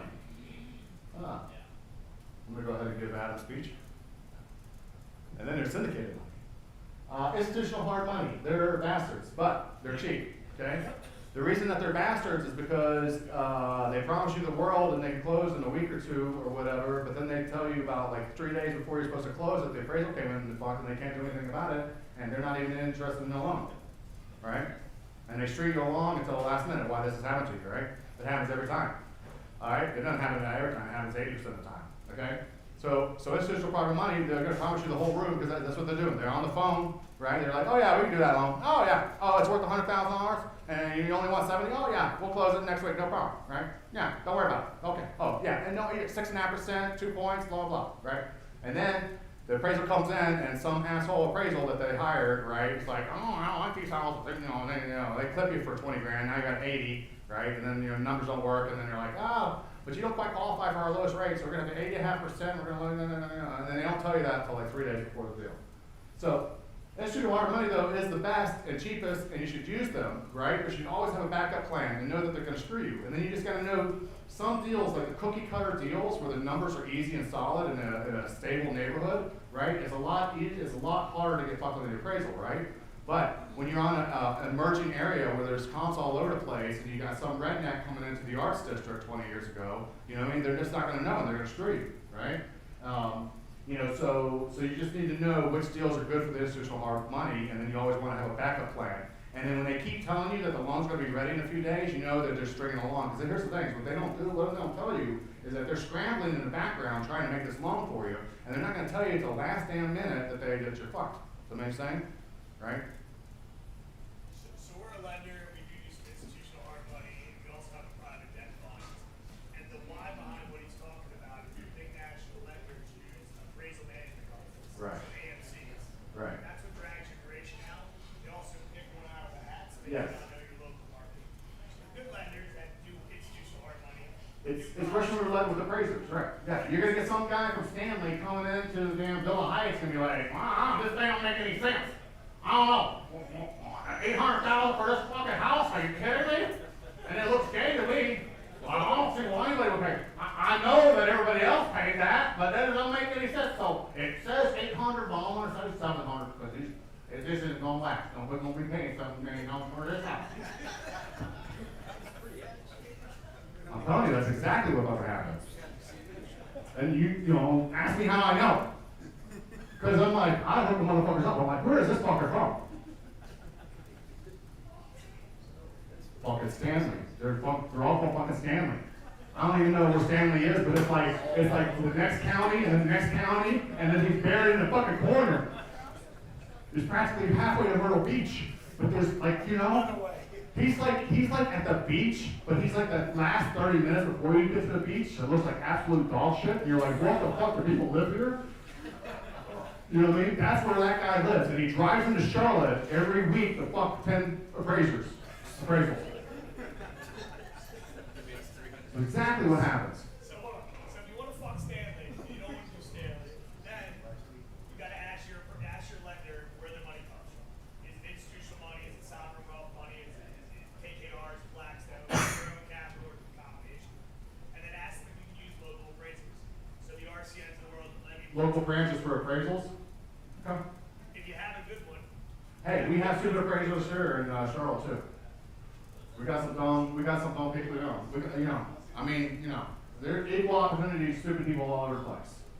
Stanley does not have a monopoly, but they're cornering the market. Private hard money, I like the best. It's also probably, it's one of the more expensive private hard monies, right? But they're the easiest to work with, and they give you the answer pretty quickly, okay? The only problem with them is that they run out of money, and this is not annoying at all. There's your money, which if you're starting out, I think is the dumbest thing you can do is use your own money, right? Because you won't learn the lessons that everybody else has, right? So it's the same thing. You know what I mean? Like, I always like these people that are gonna like property manage their own properties and save all their money, and they're also gonna they're gonna paint. I love this one guy's like, oh, I'm gonna paint the house, I'm gonna save $1,000. I'm like, hey, you know what? I got a house you pay for $1,000, right? Like, why would you do for yourself that you wouldn't do for other people, right? Does that make sense? So like, if it makes sense for you to manage your own properties, why don't you manage other people's properties? If you want to paint your own house for $1,000 and save it, why don't you paint somebody else's house and make $1,000? Does that make sense? No? So same way with your money, right? So if you're going to use your money to do whatever, why not let it out, right? So you're saving all this percentage, all this money, right? Because you don't want to pay that 50%, right? So then why not loan it out at 15%? Does that make sense? Okay? Not only that, but people with a lot of money, you know, they're not as smart as they think sometimes when it comes to real estate. And so what happens is they get to learn why the margins are the margins, right? And then they get to learn why there's a margin on the money, okay? And so if you have a lot of money, I think especially for your first few deals, you should use a private money, hard money lender, because he's going to show you things from a lending perspective that he's learned over the years of what the mechanics of the deal and how it makes sense. Does that make sense? What's are there like down payments associated with the private or institutional hard money? Like what are the barriers? Institutional, yeah, it varies. Institutional money will want anywhere between 10 and 20% down, you know, but where they fuck you is that you got to pay all the closing costs. And my favorite new one was, oh, and you got to pay the closing costs and their points. So it's like, oh, you're like, oh, it's a $100,000 loan. I only have to pay 20% of it, right? But it's not 20%, it's like 30. You know what I mean? And then you're like, oh, and we want 6 months of payments in the bank, right?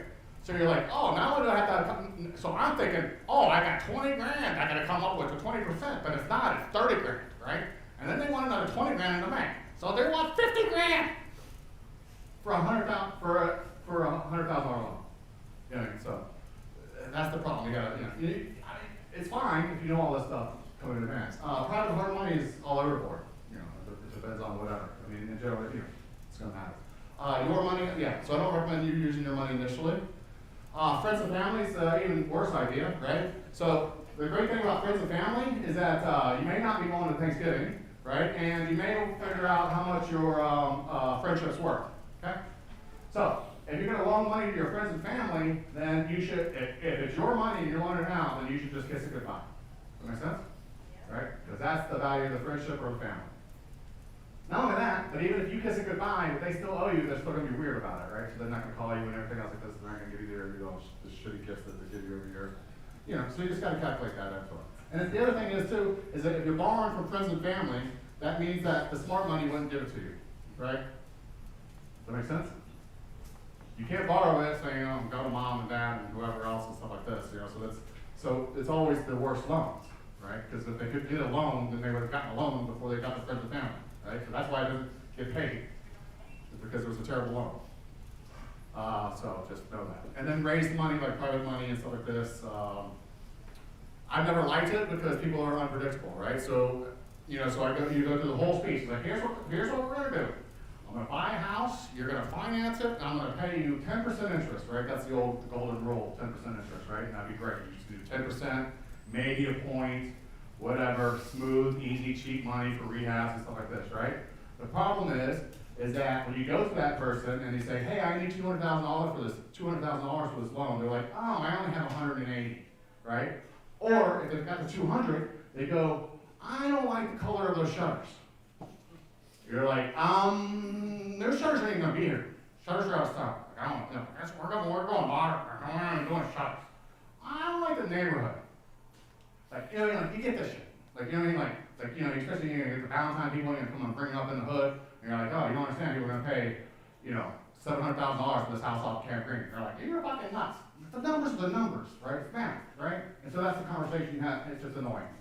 People are annoying. So I like private hard money, and I like institutional hard money. And I want to lead with institutional hard money, with the backup, knowing that the private money's my backup.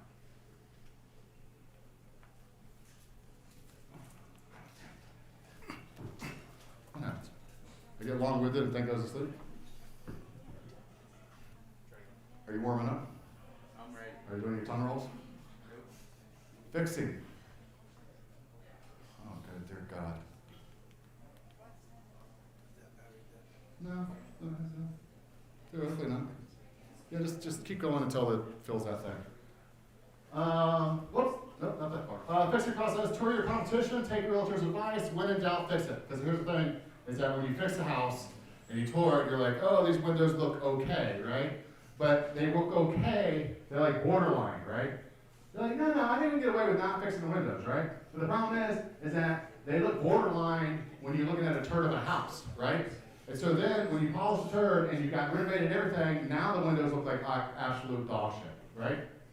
So anything that's on borderline, so anything that you're thinking about fixing when you're touring it initially, you just go ahead. Like it tips over. Like if it's on the fence, you know, if it's even a little bit over the fence, you're just gonna knock it back in, right? So you might as well just plan on doing the windows, you know, now, because you know, when you make the decision to do the windows, right, it's gonna be when it's done. Right? And now you got a special order of the windows, you wait 3 weeks, and then you know what you're gonna do? You're gonna be like, fuck it, listen with the shitty windows. And then you're gonna get like 20 grand less, right, on your property because you got shitty windows, and that's what it took, right? And then you don't wanna wait the extra month. So, when in doubt, fix it. Oh yes, hire a contractor. Again, everybody wants to save money. We were just talking about this, you know, right? Like, contractors. Like, and it's so great, do it for somebody else. What the hell is going on? It wants to show. Oh, there we go. Whoa. All right, hire a contractor. Yeah, hire a contractor, okay? You know, because again, they're doing a job, right? And if you're gonna save all this money by not hiring a contractor, well, why don't you go be a fucking contractor then? You know what I mean? All these other people are making so much money, well, why don't you go do it? You know, and then you can learn while they're making all this money. Because, you know, contractors got to deal with all the other guys. You know what I mean? And you think dealing with the contractors bad, you know, try dealing with all the guys below. You know? But you want a guy that has little or no self-marketing, right? You know, like if he's got a radio ad, he's probably not a good guy. You want a manager, not an all-star, right? So the guy that says he can do everything is terrible. Like, you ever hear anybody that says they can do everything? They're terrible. They're terrible at everything. They can't even do one thing right. You know, like the Masters of None thing, they're terrible. Very comfortable with subbing out, right? So if I ask somebody, I'm like, well, what are you going to sub out? Oh, I'm going to do everything. Oh, you're not hired. You know, like carpenters are not the same, right? You know, there's framing carpenters, trim carpenters, other people carpenters, and roofing carpenters. I don't even know what. You know, there's different kinds of carpenters, right? You know, when I like it when the trim guy goes, oh no, I don't do framing. Oh, fuck that. What do I look like, a brute? No, I like to just go, that's the guy you want, right? You don't want like a carpenter, he's gonna screw up your house, right? You don't want a guy doing stuff. Oh, I've done tile before, I can do tile, it's gonna look great. You want to be financially responsible, right? Like, you know, if they're kind of contracting now and they're not like, you know, they don't have money to like, you know, go buy $500 worth of stuff, you're going to find out why they don't have $500 to go buy stuff. Does that make sense? They should have money. If they don't have money, you're going to find out why they're poor, right? You know? Contractor's license, yes. You want to have a contractor's license. I always love the guys who are like, oh, don't worry about the permits. It's going to be done up to code.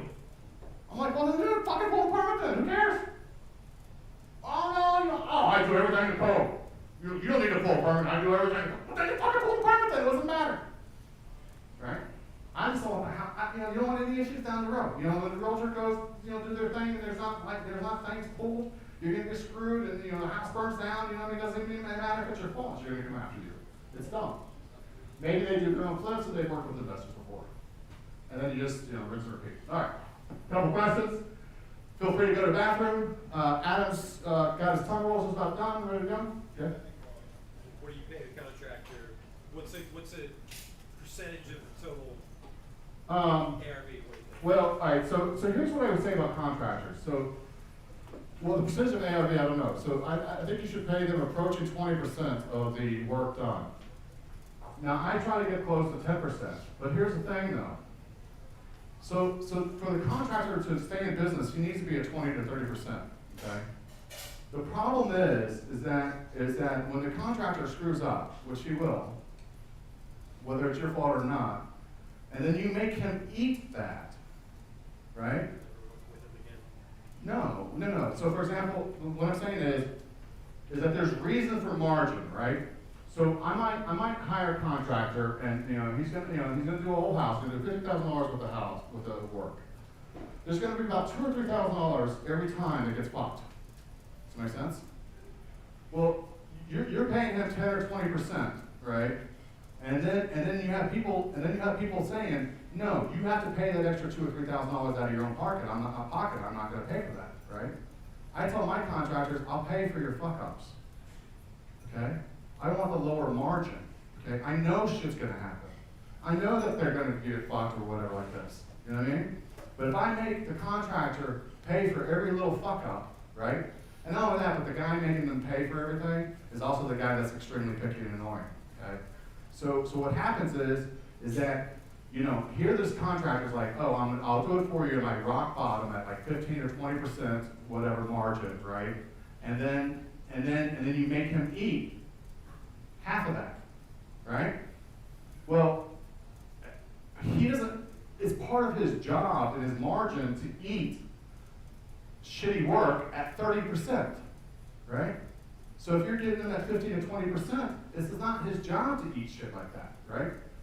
Now, all has to be within reason, right? And they'll volunteer like the big fuck-ups, but if you make a contractor eat every little stupid thing, right, where you have to, pay them extra, because it's inevitable with contractors. You're just going to go over on stuff, and you're just going to have fuck-ups, you're just going to have things that happen, and it's going to be a communication issue, it's going to be this, or just be poor workmanship, it might just be a bad hire, whatever the case is. But you're easily going to have 5 to 10% of that at every job, right? And if you're making him eat 5 to 10% of every job, and he's only charging you 15 to 20%, it's not a sustainable relationship, right? And so anytime you get in, so that's another thing too about investors, right? So everybody's trying to make a buck. The investors like, I'm trying to cut margins. They try to cut margins all the way across the board. The problem is that you have to make sure that all your relationships are sustainable, that everybody is making money. Because if they don't, they won't work for you. And if they don't, they'll end up screwing you in the end because they're going to be like, screw it. And they leave halfway through because they're not going to make any money, right? Or they're not making any money on your job, so your job is not a priority. And so now it takes them 2 or 3 weeks later to do it, right? Because why would I work for you at 10% margin when I'm over here making 40% margin, right? You can wait. And you know what? If you tell me to go screw myself and I'm not going to get the job, I'm like, okay, that's fine. I don't care. I don't want to make you 10%. I'm over here making 40%, right? So that's what happens, is that now you become a lower priority. So every relationship, especially with contractors and stuff like this, you have to make sure that everybody's making enough money and that you're not, trying to, squeeze them for everything, right? Because in the end, you get squeezed. And then it costs you more money, And the thing is that, the guys that keep your jobs moving, and like the guys that make a little bit extra, or that have been in this business for a while, right? Or that can keep your job moving and doing stuff. Which, by the way, Dan, did you bring carpet samples? No. Shit. God damn, that would have been fucking perfect. I gotta meet up for some fucking carpet samples. But anyways, you gotta make sure that everybody in your system is making money and everything else like that. And if you try to squeeze every person in your system, it's gonna cost you more money in the long run. It is. And so no, I'm 10 to 15% on my contractors, but I'm easy to work with. I'm not annoying, even though I get a little animated from time to time. And they know that I'm not gonna make them eat every little thing. You know what I mean? Because again, if you make somebody eat somebody, everybody has to have that margin, right? So when you increase the wholesale $2,000, now that screwed the little guy out of $3,000. It doesn't screw him out of $2,000, right? So when you make him eat $1,000, he's got to charge $1,500 somewhere else, right? So that's the thing, is that 1,000 is actually 1,500, right? So we think we're saving 1,000, but he's gonna charge us $1,500 later, right? Because that's the margin, every business is on a margin, right? And so it gets magnified. But Dan, your margin, keep it where it is. Oh, there's nothing to it there. I don't make a thing. Okay, perfect. I'll testify that. All right. He see me do it. All right, one more question, we'll go on to the left. One more question, then get your back place in, then we have, oh, sorry, go ahead and get that one with the weird name going. What was the name of the? I don't know. It was like 1,000 words. I finished it at like 1:30 in the morning. 1:30 in the morning. Scott, I don't even Yes. know what's on it. looking for a structural engineer. Uh-huh. Is that a fish? Google, structural engineer, and then you just call the shit out of them and see who could get there within 2 months. Sounds like a survey. There's no survey. Yeah. They're just, you know, you just gotta Google them people. It's all the same, you know. They're just all gonna come out there and give you a letter, and you know, they're gonna charge you. I don't know, what do they charge you now? $500 or $600? Yeah. And so yeah, I mean, you know, like the guy you want is the guy who can get out there quicker. You know, it's not, you know. And actually, that might not be a good way to find them, because the guy, if they're showing up on Google, then that means that they're probably they got a decent amount of business. So I guess you want the guy out Stanley that doesn't have the internet, and he's like answered he's answered his phone. Yep. All guy. Yeah. All right, guy, man. Is this all sweaty? Probably. That'd be sweat all over your shit. Time to sing though. How much time do I have? Keep going until they fall asleep. Yeah, 10 minutes. Huh? Yeah, no, it goes 9:30 or so.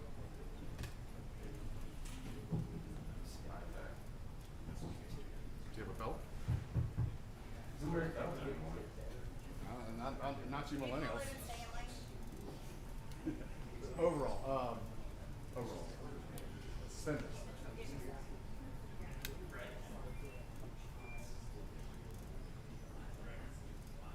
This is so much more technical than mine. I have a whiteboard, a literal sheet of paper. Let me see the battery cells this time. All right, so anyway, what's up, everybody? My name's Adam. I've been, Scott and I have known each other for a couple of years. I'm from Philadelphia originally. I moved down here like 4 years ago, almost, with my fiance, who's now my wife. I've been in real estate for like 7 or 8 years full time. I've done like all kinds of different deals, so fix and flips, and I'm kind of doing like the first slide or two of my presentation here. I don't know how much time we have, but so I started out doing fix and flips. I did fix and flips for 2 or 3 years. Did like 5, 6, 7 a year, something like that. I wasn't setting the world on fire. I was making a little bit of money, and was always struggling to do more deals. I wound up GCing for my own projects for a year, just trying to figure out how to like squeeze margins, right? Like Scott was talking about, to get me into more deals to make numbers work better. And it was a fucking nightmare. I hated it. I was constantly running around from job site to job site. You've never known so many people that don't have bank accounts until you start GCing projects. Nobody that works for you has a fucking bank account, so you're constantly nightmare. Anyway, so I wound up then doing some direct marketing, just kind of like trying to figure out how to do direct marketing. I had bought a couple deals through wholesalers, and so it was like, if they can do it, I probably figure it out too. So did some direct marketing, wound up falling into some wholesale deals. I was actually doing the marketing to try to feed my own fix and flip pipeline, right? And so wound up falling into some wholesale deals. I didn't like some of the deals for my own fix and flips. Wholesaled a couple deals. Wound up doing like a 30K wholesale deal off of a bandit sign. It was like super easy. It's probably still the easiest wholesale deal that I've literally ever done. But at the time I was trying to make 30 to 40K on a fix and flip. In Philadelphia, everything was built in like 1800 to like 1930. So you've got to gut just everything, right? So we're doing like 6-9 month projects, trying to make 30 or 40 grand, and I wholesaled a deal and I made 30 grand in like 45 days. So I decided to just shift my entire business. So I have been wholesaling now. This is my 4th year that I have a wholesaling business. It is still in Philadelphia. We're in the process of hiring some new salespeople, but so I have like 2 acquisitions people, a dispositions person, a lead specialist, 2 virtual assistants, and I just hired like a director of operations so I can pull myself out of that business almost entirely. What I would encourage everybody here tonight to think about is, so I don't know how many of you, like I'm sure everybody's heard of Rich Dad Poor Dad, right? You read that book. Not my favorite Kiyosaki book. My favorite one is the cash flow quadrant. So on the left side of the cash flow quadrant, you have employee and then you have self-employed, right? So self-employed, you can make really good money, but it still requires your time and your effort to make money. So like brain surgeons make a shitload of money, but if they're not operating on people, they're not making anything. And that was not what I was really after in wanting to start a business in the first place. I'm not passionate about real estate. I don't give a fuck about real estate. It's a repeatable business, and that's what I like about it, right? So the goal for me was always to create a business that did not require my time or effort, right? So a business is something that you can create systems in, and then you can hire people, and their time and effort run your systems, and that creates revenue. So some of the stuff that Scott was talking about, I think is like natural for somebody getting into fix and flips, like, oh, I'm gonna paint the house myself because I can save money on it, right? But that's a fucked up way of thinking about it. It's coming from a scarcity mindset, and so you're trying to save $1,000, but guess what? You could be out meeting with sellers and locking up 3 more deals while you're spending that week's worth of time painting the house, right? So you cost yourself potentially $30K per one of those 3 houses to save yourself $1,000, right? It's a totally wrong way of thinking about it. So try to think of ways that you can invest your time to create money. So start attaching a dollar amount to your time, right? And so this is something that I learned, and it's one of the reasons that I wound up getting into multifamily. So I now do multifamily syndication, which means that I'm buying and selling large multifamily properties, mid-sized, if you want to be technical. So my team kind of specializes in the 50 to 100 unit niche. But so with like literally none of my own money. So that's my presentation tonight. It's going to be super high level. I apologize if some of this is like really not detailed enough, you know, right? So I'm trying to keep it 30,000 foot view because I don't know how much you all know about syndication, okay? So I just told you all this stuff, at least the beginning part. So the whole point of the fix and flips, does this fucking thing have a laser? Yeah, look at that. So the whole point of the fix and flips and then the wholesales was to buy rental properties, right? So I was trying to buy myself income streams, okay? And the BRRRR method, if you follow Bigger Pockets, sounds awesome. Sounds cool, right? How many BRRRR properties are you going to need to be financially free if you're making $200 a door? A fucking lot. A fucking lot, right? So it sounds great, but it's one of those sounds good in theory, but not so great in practice things, in my opinion.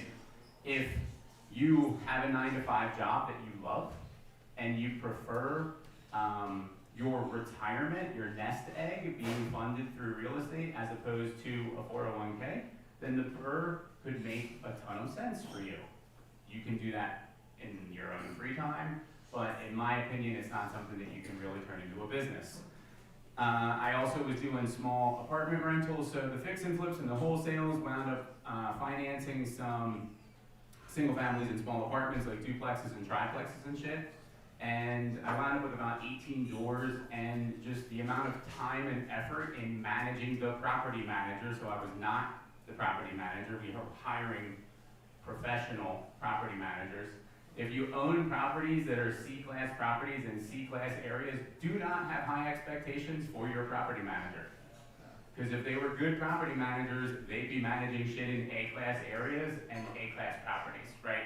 So there's always a caliber, right? A talent level of person. The reason Scott was like, there was a question when I came in about attorneys not knowing what they're doing with certain title things. Like, do you think the person that went to a really good law school and graduated the top of their class is doing fucking title work? No, they're not. I can't tell you how many idiot attorneys that we deal with on a regular basis in my wholesale business. We have to tell them how to do their job. It happens all the time, right? So I was spending all this time managing the property manager, and you know, you're making a couple $100 a door. Like, it just was not, like, the juice was not worth the squeeze. So I still really believed in real estate as a wealth generating vehicle, right? But it became like, how do I do this at scale? Because buying 1, 2 at a time, I'm gonna be fucking 120 years old before I'm financially independent, right? So that's what then led me into big apartments. How the heck do I do this at scale? So why I'm qualified to talk about this, I've been doing this for 4 years. The pictures in the last slide, I own those properties. These are 2 assets that also that we own. So we have 3 deals. I keep saying we because I have a team of people. If you're getting into syndication and you want to do some of these bigger deals, you're probably not doing them yourself. There's a lot of moving parts to these deals, right? So it truly takes a team. So again, it's like specialization. What are you good at? And how do you maximize the value of your time based on what your strengths are, right? But so we've got 3 deals, 204 doors, 15, 16 million assets under management, under contract on 2 more. They'll close in the next 30 to 60 days. And so we'll add 194 doors, so that'll put us at about like 26, 27-ish million, somewhere around there. And I run the multifamily subgroup for Charlotte RIA over at Carolina Prime Steakhouse. I had to think about it for a second. Wrong button. Okay, so before we get into how, so like the bulk of what I'm talking about tonight is like how these all come together, but why? Let's talk about that first a little bit. So the multifamily syndication model is like my favorite method or way of doing real estate deals. I showed you I've done quite a bit, right? So you can use leverage, which is awesome, always. It's one of the greatest things about real estate, in my opinion, is the ability to use leverage. We can get non-recourse debt. So there was a conversation, somebody brought up like recourse, non-recourse debt. Non-recourse, in my opinion, is preferable, right? If a deal goes belly up, it goes sideways, and my personal assets are not attached to it, I prefer that. Obviously, you don't intend on getting into a deal and having it go belly up and blowing up on you, but shit happens, right? So generally a commercial loan over $1 million is non-recourse. They throw off cash flow. We get crazy tax benefits. So there was a reason that everybody like shit a brick about Trump like paying $750 in taxes. He wasn't evading taxes, like he owns a shitload of real estate. You take your paper losses, you guys have heard of depreciation, right? So you take paper losses because you depreciate the asset over time, and you take those losses and you use them to offset gains. And so you can reduce your taxable income to, in some cases, 0 if you do it right. The depreciation, there's a catch up when you sell the property, but that's a whole other subject. When you buy these deals, right, there's major upside to it. So think of the deals that we do value add deals. So think of it like a big ass fix and flip. It's basically what it is. So I'll get into that in a little bit, but so there's major upside. We're creating a bunch of equity in the deal. So you guys may be creating $20, $30, $40, $50,000 in equity through the renovations that you're doing. We have a deal on the market, the first deal that we ever bought, we bought at like 56 a door, it's 92 units. We have it on the market right now, we're getting interest at the high 70s, low 80s a door. So we'll create like $2.5 million in equity on that deal. So a little bit more upside. I can buy it with other people's money. So, sorry, I'm looking over here at this one. What was the time frame on that one? So it'll be about 2 years in and out. Typically, we're doing 3 to 7 year holds, but the market's great. So as soon as we can sell and we can hit the returns for our investors, we're out. Right? People love getting their money back and turning it over. That was a $2 million return over about 3 years or so. Sorry. $2 million return approximately over. 2.5 on the just equity that we created. So our investors make more money, they get a big chunk of the cash flow. We make more money, we get an equity. So I'll get into all that, but so we will have created about $2.5 million in equity over the 2 year time period. Yeah, it's split between you and your brother. Correct. Yep. We can buy it with other people's money. So Scott was talking about the ways that you can finance fix and flips, right? So what we do is we use leverage. So we'll take debt. We'll get debt on the property. That's either through a bridge lender. If the property's like really jacked up, it's in really bad shape, it's not stabilized. Stabilized is generally about 90% occupancy. So if a property's like fucked on the inside and it has really bad occupancy issues, then we have to go get bridge debt. Bridge debt is the equivalent of a hard money loan for a large asset, right? Or we'll get CMBS or we'll get something through Fannie and Freddie. And then what we'll do, normally we're getting 70, maybe up to 80, in some cases maybe like 82% loan to value on the debt. We're always cautious about getting too much, so we don't want to be over leveraged, right? But then the gap there, as well as the legal costs and then all the renovation costs, we raise through private individuals. And generally, we're raising at 50K clips. So we go out and we raise money. A syndication, what that is you're taking a pool of people and you're teaming up a group of people to pool everybody's resources to allow you to take down these bigger deals. So we may have 20, 30, and when we get into bigger deals with bigger dollar amounts, we could have 40, 50, 60 investors in a deal. But we are using other people's money to fund those. Are they all accredited investors? No. I'll get into that. It's a good question. So our pitch basically to our investors, right, is they're going to get better returns that are safer, more stable than having their money in stocks, bonds, and mutual funds, right? So a lot of our investors are using retirement accounts, right? So the same way that you guys would target and talk to people to lend you, to fund basically your whole deal through a self-directed IRA, we're getting people to fund our deals through SD IRAs as well. It's just a different deal structure, right? But this one here, in my opinion, this is the best way to get wealthy in a faster period of time through real estate. Now, syndication, there's a really long ramp-up period. So you may eat shit and get your dick kicked in for like 3 to 7 years. But when you start selling your assets, that's where the big paydays come in, when you start selling your deals. And so you can make some serious cash when you start selling your assets. So here I already kind of mentioned this. So syndication is just when a pool of investors or a group of investors pool their capital and their resources to buy some of these bigger deals. So family offices love these kinds of deals. Insurance companies love these kinds of deals, right? Hedge funds love these kinds of assets. And so it's difficult for people like us in this room to be able to compete with those big institutions as individuals. So instead, think of it as like Robin Hood, right? Like gathering his band of merry men to be able to compete with the big guys, with the rich guys, right? So that's what a syndication is. Okay, so the how. So I've broken this down into a couple different steps, and again, I'm trying to keep this relatively high level. But so first and foremost is we're looking for the market first. So we try to be in emerging markets, right? So you guys have all probably heard emerging markets, so we don't wanna be in LA or New York or, you know, whatever. We wanna be in areas that are improving, because as you're in that area, not only can you increase the value of the property through the value adds that we do, and I'll talk about that in a second, but when you're buying in the right area, you can ride the wave of appreciation.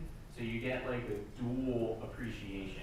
You get appreciation in the asset through your value adds, but you also get appreciation in the market and in the area that you can also ride. So who here, like the Wilkinson West Boulevard corridor, you guys know that area, right? What are your thoughts on that area? Definitely coming up. I wanna hear about it. 4 or 5 years. Coming up, right? We used to shoot cops out there all the time, now. Well, so in all fairness, it's still pretty rough in certain areas. But so the most recent deal that we just closed, we bought in February, is right in the Wilkinson West Boulevard corridor. So Charlotte, I think we can all agree, is an emerging market, right? There's a ton of growth in Charlotte. And then we're in an up and coming neighborhood within a growing city, right? So we're in a good overall market because the market is increasing, but we're also then in a good sub-market of the city, right? So we have kind of like both of those going on. So our deal has a 148 unit townhome development going up like literally right next door to our property. So those are things that we're kind of looking for. We want to be where stuff is going on, where developments are taking place, because that's going to help to increase the value of our deal. You're looking for up and coming in the 5 to 7 year horizon, not next year. I mean, if it can increase in value during my ownership, it doesn't need to be in 5 to 7 years, 3 to 7 years, because generally it's not going to just be 1 year and then the bottom's going to fall out, right? Normally there's going to be a steady increase to it. So So are you buying A, B, or C properties? So we like C and B. So C and B properties, C and B areas is what we typically target. So we do a lot of research. So here's one of the things that we go through every single year. So there's a lot of different publications that you can find that talk about cities that are growing, markets that are emerging, right? So we do a lot of research to identify the areas that we want to be in. There's a reason, so myself and my other partner, he's from Brooklyn originally. Like we both moved here for a reason. So we wanted to be in this area. Our markets are the Carolinas and Atlanta. So there's a lot of growth going on all over North Carolina. South Carolina has seen a lot of growth, and obviously Atlanta, right, has been on the up and up for a while. Tennessee. Sorry? Tennessee. No. So you can only be so many places at once, right? So we totally fucked up in the first 2 years that we were working on getting this business going. So we were looking for very specific returns so that we could provide them to our investors, and we were having difficulty finding those returns. So we were kind of like market hopping, and we had 2 or 3 markets that we were really looking in, and in like 9 months it seemed like we were looking at like everything east of the Mississippi River. It was just too much. And so to try to become really familiar and become experts in those markets was just too much. So we're actually looking to bring on some team members in that company or in this company. And when we have more manpower or woman power, we will look in some other areas. So, but you can only do so much. So 2 big indicators for emerging markets. There's a lot of them, but 2 big ones are job growth and household growth. So we're constantly trying to find places where there's more job opportunities coming in, right? People typically follow jobs. So we're looking for job growth and household growth. We like stable markets. So you don't want to be in Detroit in, the Great Recession, right? Where literally everything revolved around the automotive industry. So we like markets that have a diverse economy. So like Charlotte's got banking going on. It's a huge healthcare hub. You've got emerging tech, you've got distribution companies are here, right? So there's like a lot of stuff that really keeps the market going here.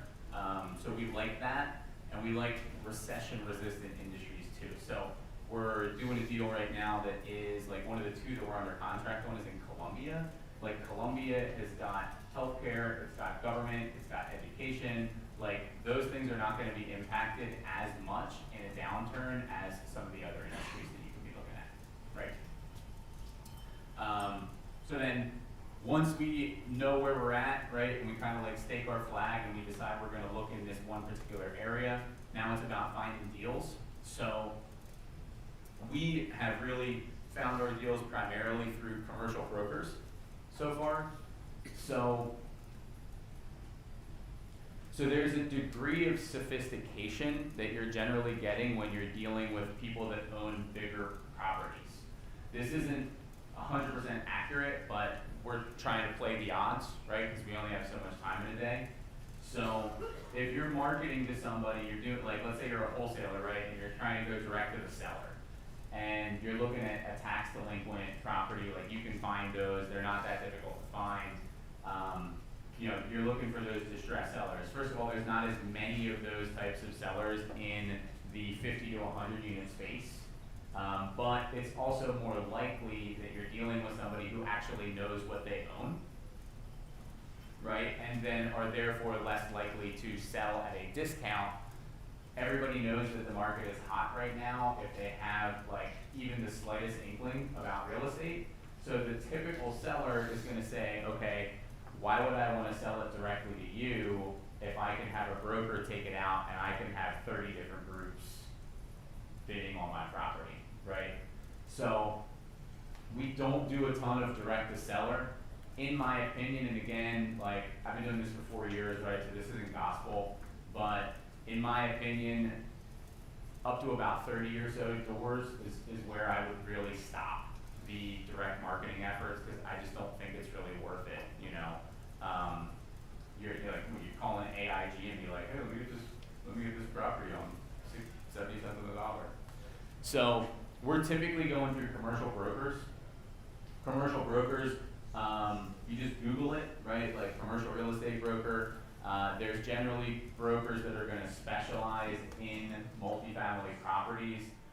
Usually, commercial brokers have all the connections, right? Commercial brokers essentially control the inventory in the commercial multifamily space, the same way that you could argue that wholesalers typically control the inventory of good deals in single family now, right?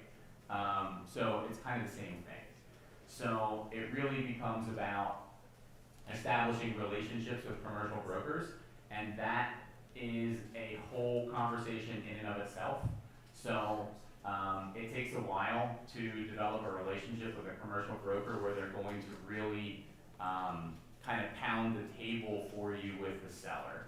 There are not many deals right now that are done off-market pocket listings. Again, it's because the seller is dictating to the broker, hey, take this to market. I'm willing to bet that I can get this property bid up, so take it to market, right?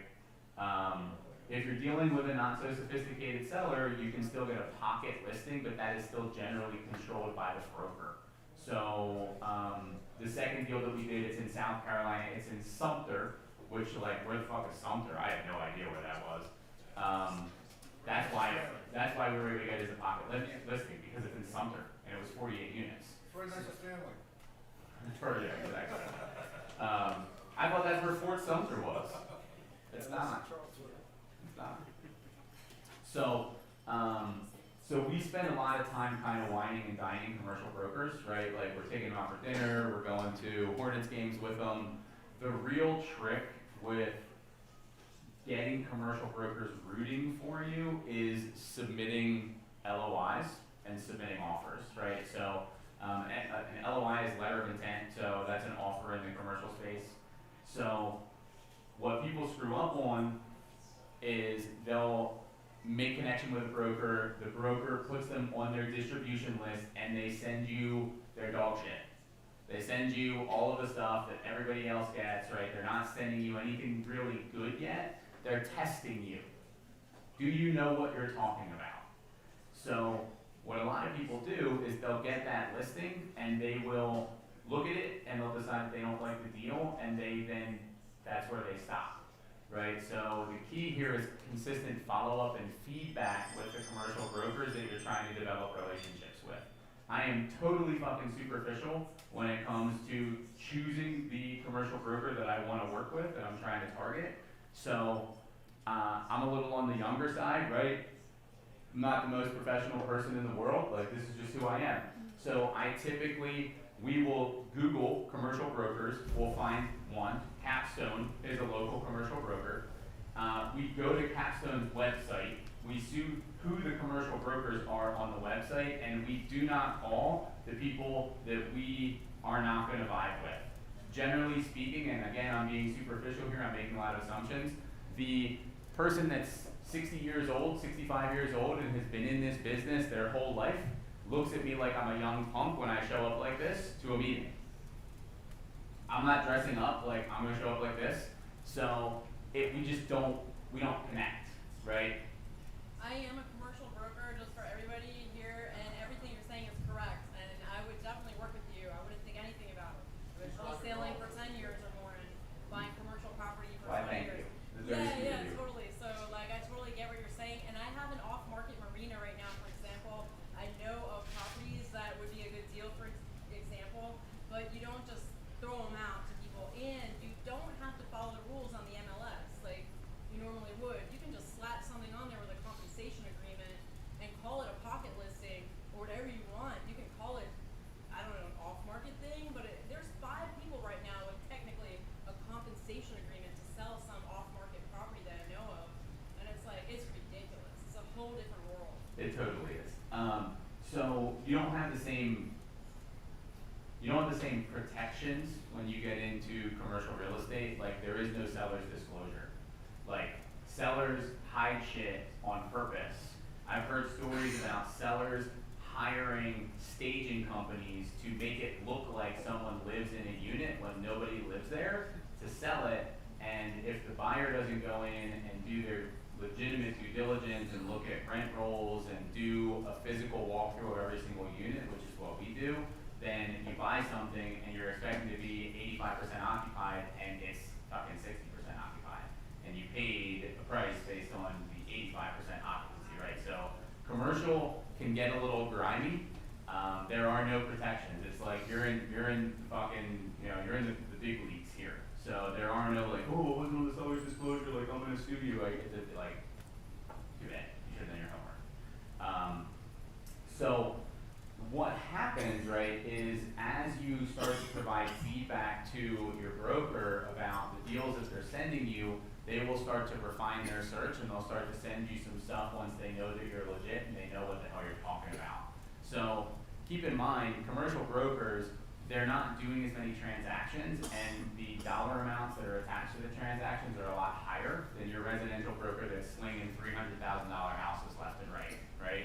So what happens is there's a bunch of LOIs that are submitted. The broker reviews those LOIs with the seller, and the seller chooses who they want to typically, then the next step is a highest and best round, right?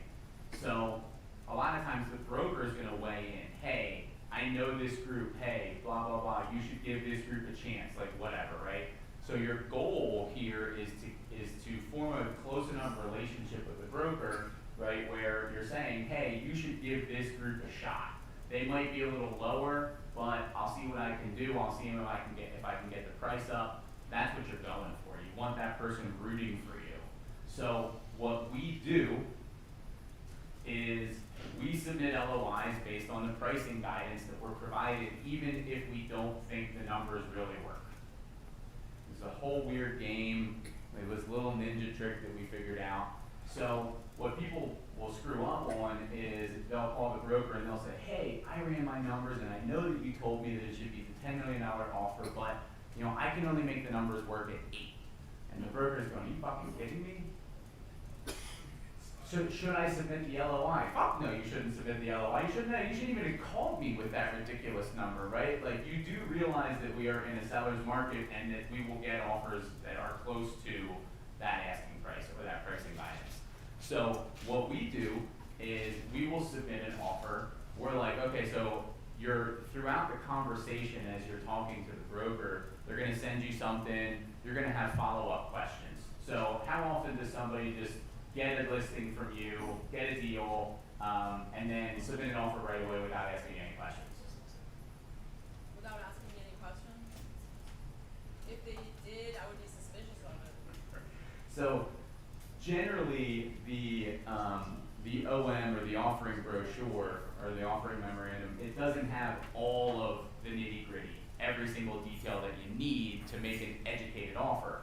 So normally, you're figuring out what you can from the information that is provided, and then you're going back to the broker with some follow-up questions so that you can refine your numbers and submit a legitimate letter of intent. So as we're communicating with the broker throughout these conversations, we're getting questions, asking questions, getting questions answered. We're continuously asking, hey, where do you think this is going to trade at? The new thing, most deals do not have a price. If they're any good, it's price to be determined by market. Yeah. Right? So we're calling the broker up, we're saying, hey, I get that it's determined by market, what do you think? And so they're gonna tell you the whisper price. And so that is the same price that they're telling every single group. So as we're getting questions answered, we're saying, hey, what's the interest on this deal? How many offers are you guys expecting? Where are you hearing that people are gonna come in with those offers? And so we're probing to find out what sort of competition we're gonna have. Well, the whisper price is 10. We think it's gonna trade somewhere in like 9.8 to 10.3. So then when we submit our LOI, we submit it like 9.5. We're like, just this close. The goal that we have is that we are close enough to being a legitimate offer, not to be laughed at and think like, what are these people doing, but also not to win the deal. It's a little butthole puckering at times. We've been in highest and best thinking that we're gonna get a deal awarded to us, and hasn't happened yet. I'm sure it will at some point. We'll have to bail. But so that's kind of like the game that we're playing to get the broker rooting for us. And so then, as you're having lunch with the broker, as you're having coffee, whatever you're following up, don't tell anybody this. The conversation starts to be like, man, you've been so close on the last, like, blah, blah, blah, blah, blah. Like, I'm trying to find something for you. I'm pulling for you, right? And now they're your advocate rather than you saying some silly number and then not taking you seriously, right? So in order for a broker to stick their neck out for you and really encourage the seller to go with your offer, understand that there's typically a big dollar amount for a commission that is attached to their recommendation to the seller. So just understand where that all is coming from, right? So that's kind of the game that we play there to get brokers kind of working with us and really trying to help. What we really look for are C and B properties and C and B areas. We're looking for some form of a value add component. Value add, a lot of people typically think of as physical renovations. It doesn't necessarily have to be. You can pick up a property that is just being run by an owner that's not really trying to push rents. The deal that we did in Sumter, South Carolina, the seller owned several properties. This was the only asset they owned in Sumter. Everything else they owned was in Florence. And they treated this property in Sumter like the redheaded stepchild of the portfolio. It was 80% occupied. When we went to go tour the property, the seller actually toured the property with us.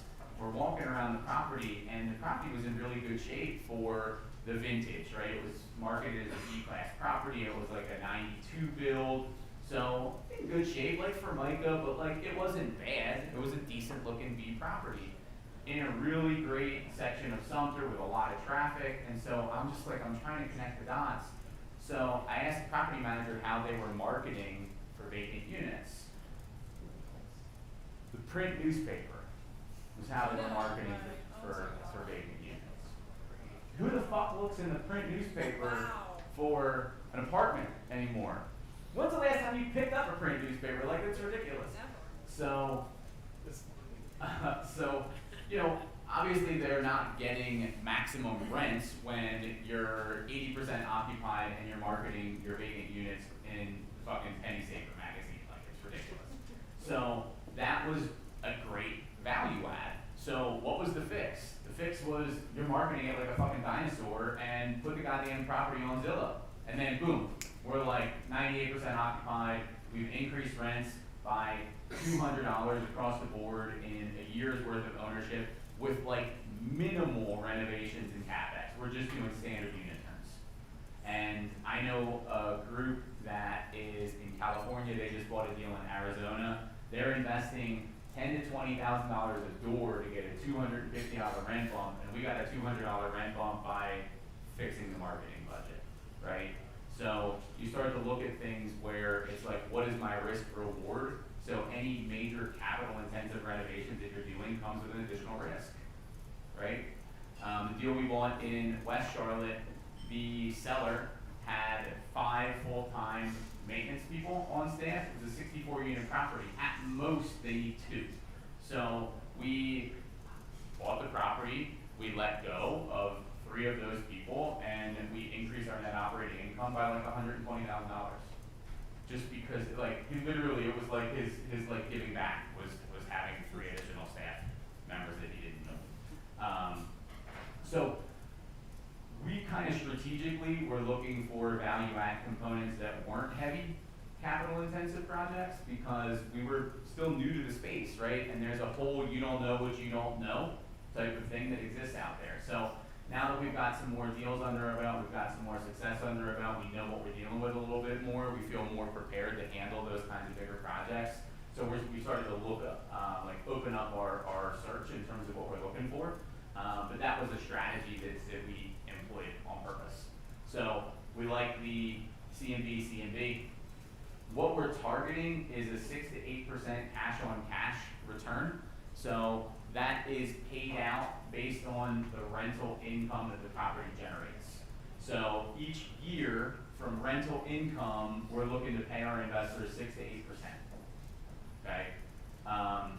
Then when we sell the asset, remember I mentioned before we were creating all that equity, there is a big spread that we've created, and that spread combined with the 6 to 8 equals 15% plus average annual return. So it depends, different deals are gonna have different return expectations. So the less risky the deal is considered to be, the lower the returns that people are willing to take, right? So in like a kind of a shitty C neighborhood in a property that's gonna need a little bit more fix up, you're really gonna need to be at probably 17, 18, 19% average annual return, where something that is a little less on the capital intensive side, maybe it's a B and a B, you can get away with like a 15, 16% average annual return for your investors. We underwrite like 100 deals at least in order to get one under contract. And just because it's under contract doesn't mean that we close. We just killed an 80 unit deal in East Charlotte a week or 2 weeks ago. From the we did the due diligence inspection. The seller had put $3.5 million into the property, repositioning the property. So we thought we were going in and buying essentially like a B class asset in a C neighborhood, which we weren't like whatever. But the units needed way more work than we were led to believe that they needed. And so when we walked every single one of the units, we figured that we were going to need about $300,000 to $500,000 in capex that we had not accounted for. So we pulled out a deal that killed our returns. It knocked us down to like 12, 13% annual, and it just wasn't worth the work. So just because we underwrite 100 to get one doesn't mean that one's going to close. Right? About how many hours do you put into each underwriting? So I don't underwrite our deals. My partner Charles underwrites all of our deals. I'm on the investor relations side, so I'm the like marketing, branding, content, like bring the investors to us. That's my job within the company. But so the as you learn a market, you'll start to become more familiar with what the average cost per door is, what you can get in terms of rent bumps. So you spend a lot more time initially looking at deals and underwriting more stuff.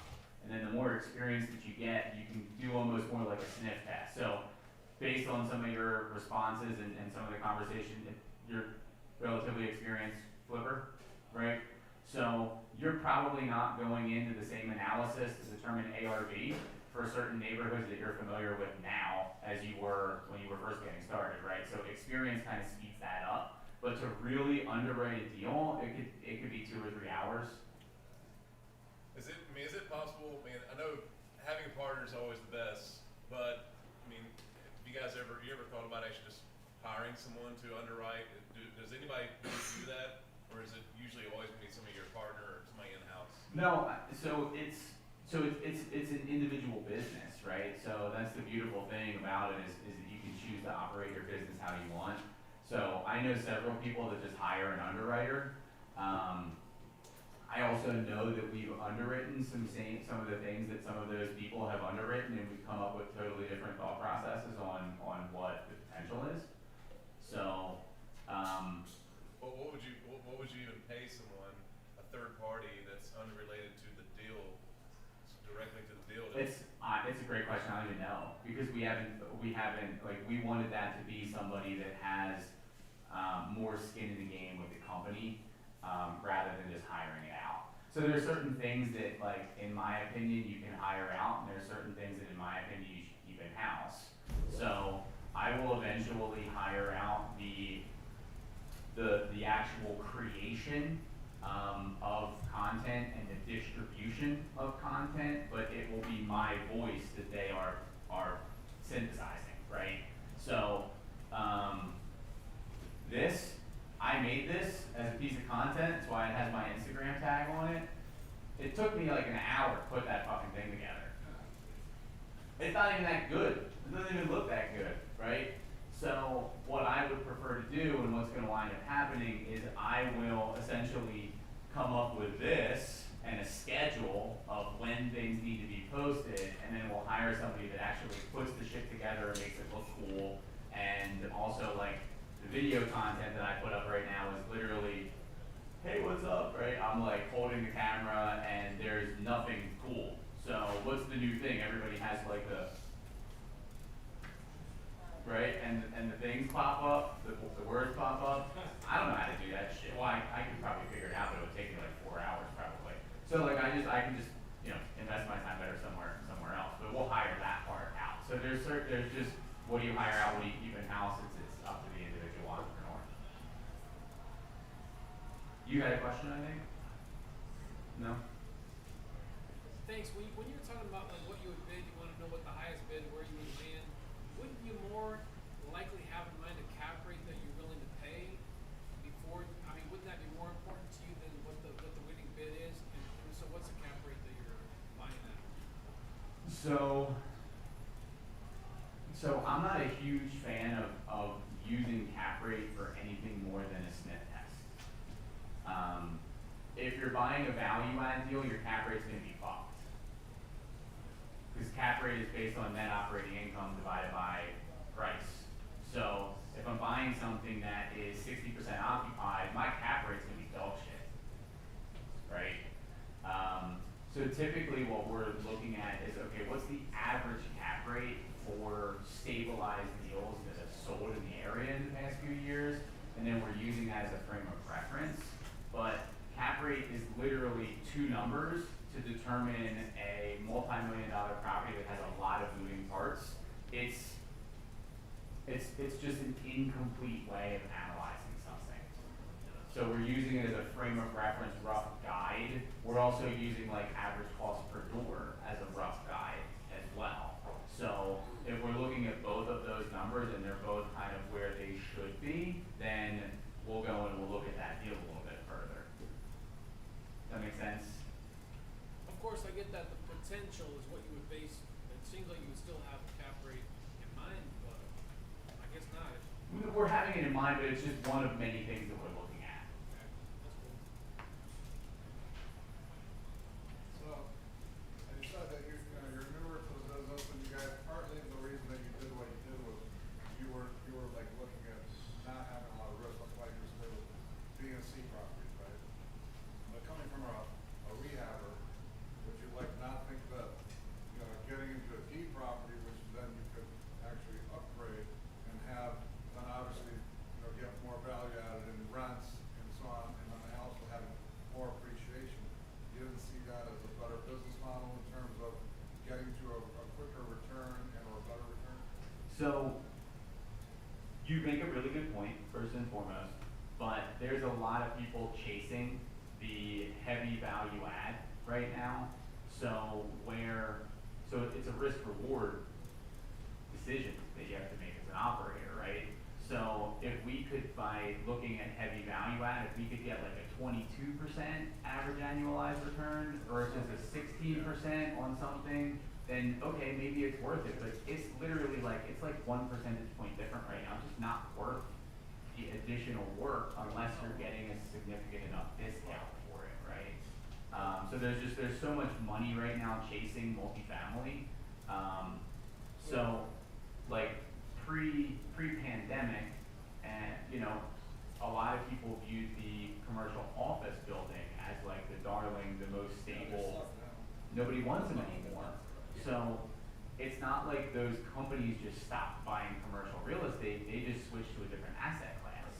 So now there's even more money flooding the multifamily space, and so it's just pushed returns down across the board. So you know Ian, right? Scott Tudor? Anyway, so Ian Tudor's a local guy, he does mobile home parks. And I was literally just talking with him the other day, and he was saying that they're having a ton of trouble finding something at the numbers that they were used to pre-pandemic because there's just way more competition in the space. And that's why, is because you just have money that used to chase retail and restaurants and office buildings that are like, fuck that, we don't want to be there, let's go somewhere where it's more stable. So it's pushed those return profiles down a little. Well, like what, how did you, so in the space that you're at, how do you view what's happening currently in the economy with hyperinflation and everything else? How do you think that's gonna pan out in the next 3 to 5, 7 years in your space? So nobody knows, right? I think that's a really important thing. We've never in the history of history had a period of time where there's this much global debt. Never, right? Well, we've had some pretty hyperinflation in the past, which turned out into a huge disaster for economies and everything. So now, I think that we're sitting in a great area where, but that's also why I stay in single families and at a price point of starter homes, because I have a lot less risk, opposed to building a $700,000-800,000 home, Right. which then, although now $700,000-800,000 homes are, because of the pandemic, are selling better because people want more space because they want to work from home and blah, blah, blah. But regardless of that. Well, historically speaking, the two areas in residential single-family real estate that are the most insulated in recessions are first-time home buyer, ultra-wealthy, right? Because those people are buying no matter what. First-time home buyers a lot of times aren't even sophisticated enough to know, like, holy shit, maybe we shouldn't buy right now. And the ultra-wealthy aren't impacted But by it. ultra-wealthy is like 4 or 5 million. They write a check for it. They're not getting a mortgage. They don't care. You know, you're $1 million, $2 million home. That's a different story, and that's a disaster. Trust me, I know for. Right. So, but to answer your question, or to try to answer your question, so there's a ton of global debt. Governments around the world are printing money like fucking drunken sailors. We're not the only ones, right? Right. Everybody is doing it. So what happens there, so real estate is typically viewed as an inflation hedge, right? Because it cash flows. Only till rates go high enough that people can afford the shit. Well, but we have renters. Well, we have renters, that's true, but I mean, right now. My end buyer is a renter. So inflation, or excuse me, interest rates go up, it becomes harder for people to qualify for homes. Like they're not going to become homeless, they're going to actually become my tenants. Correct, that's true, but it also comes down to where, listen, you know, 5 months ago, I was filling out my truck for $60. Right now, I'm filling it up for $90. Mhm. For me, it's no big deal, but to the average person that's, you know, wait staff, whatever, that's a big freaking deal. Yeah. And you're a renter, so therefore, you know, it's a, you know, domino effect or, you know, in a bad way is what I'm saying, so. So as a landlord, though, So the only thing that really comes down to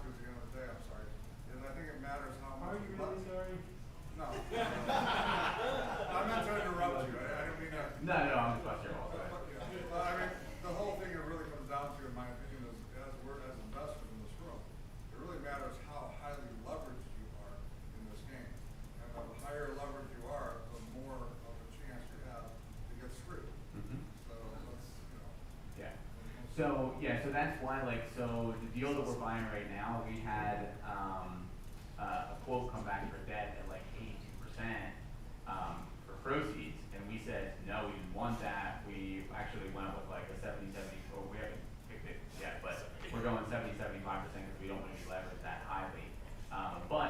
So the deal we just bought in West Charlotte, one of the reasons that we liked it was that area of West Charlotte's still pretty rough. So the property was about 70% subsidized. And so when we bought it, we were still in the midst of the pandemic, and we were like, this is fucking great. You know, 70% of our tenants have their rent paid for by the government. So we're okay, so like they're having trouble paying their gas bill, like Uncle Sam's just gonna print more money if they have to pay us, like, that fucks. And then our deal in Columbia that we're buying, that's in a C neighborhood, and the current seller actually, we think, made a really bad move. So the current seller bought the property, it's 16 buildings. He bought the property from 12 different owners. So it's one parcel. Somebody, for some reason, somewhere along the line, decided to sell off individual buildings of the parcel. So you had Slumlord in this building, who never fixed anything, and then the building right next door, the landlord's actually trying to take care of stuff, so it was just like the Wild West, literally. So this guy tracked down all 12 of the owners, bought the 16 buildings from them, but the guy's, he's really a fix and flip guy. He just made money in fix and flips, and so that's how he gets into some of these commercial deals. So he turned the property around, but has market rate tenants in the property in an area that's predominantly Section 8. He's getting an average of like $5 to $5.50 per door. Columbia Housing Authority will pay us $7 to $7.50 for those exact same units. So we found the opportunity to increase our NOI by $200 to $250 a door with no major renovations and a better likelihood that we're going to get paid because we're just going to take market rent, the market tenants that can't afford that increase, move them out, and backfill them with Section 8.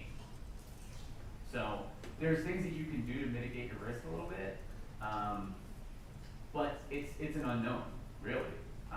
We feel pretty good about our business plan in both of those properties because of the ability that we can just, we'll just evict that person and bring a Section 8 person in if we have to.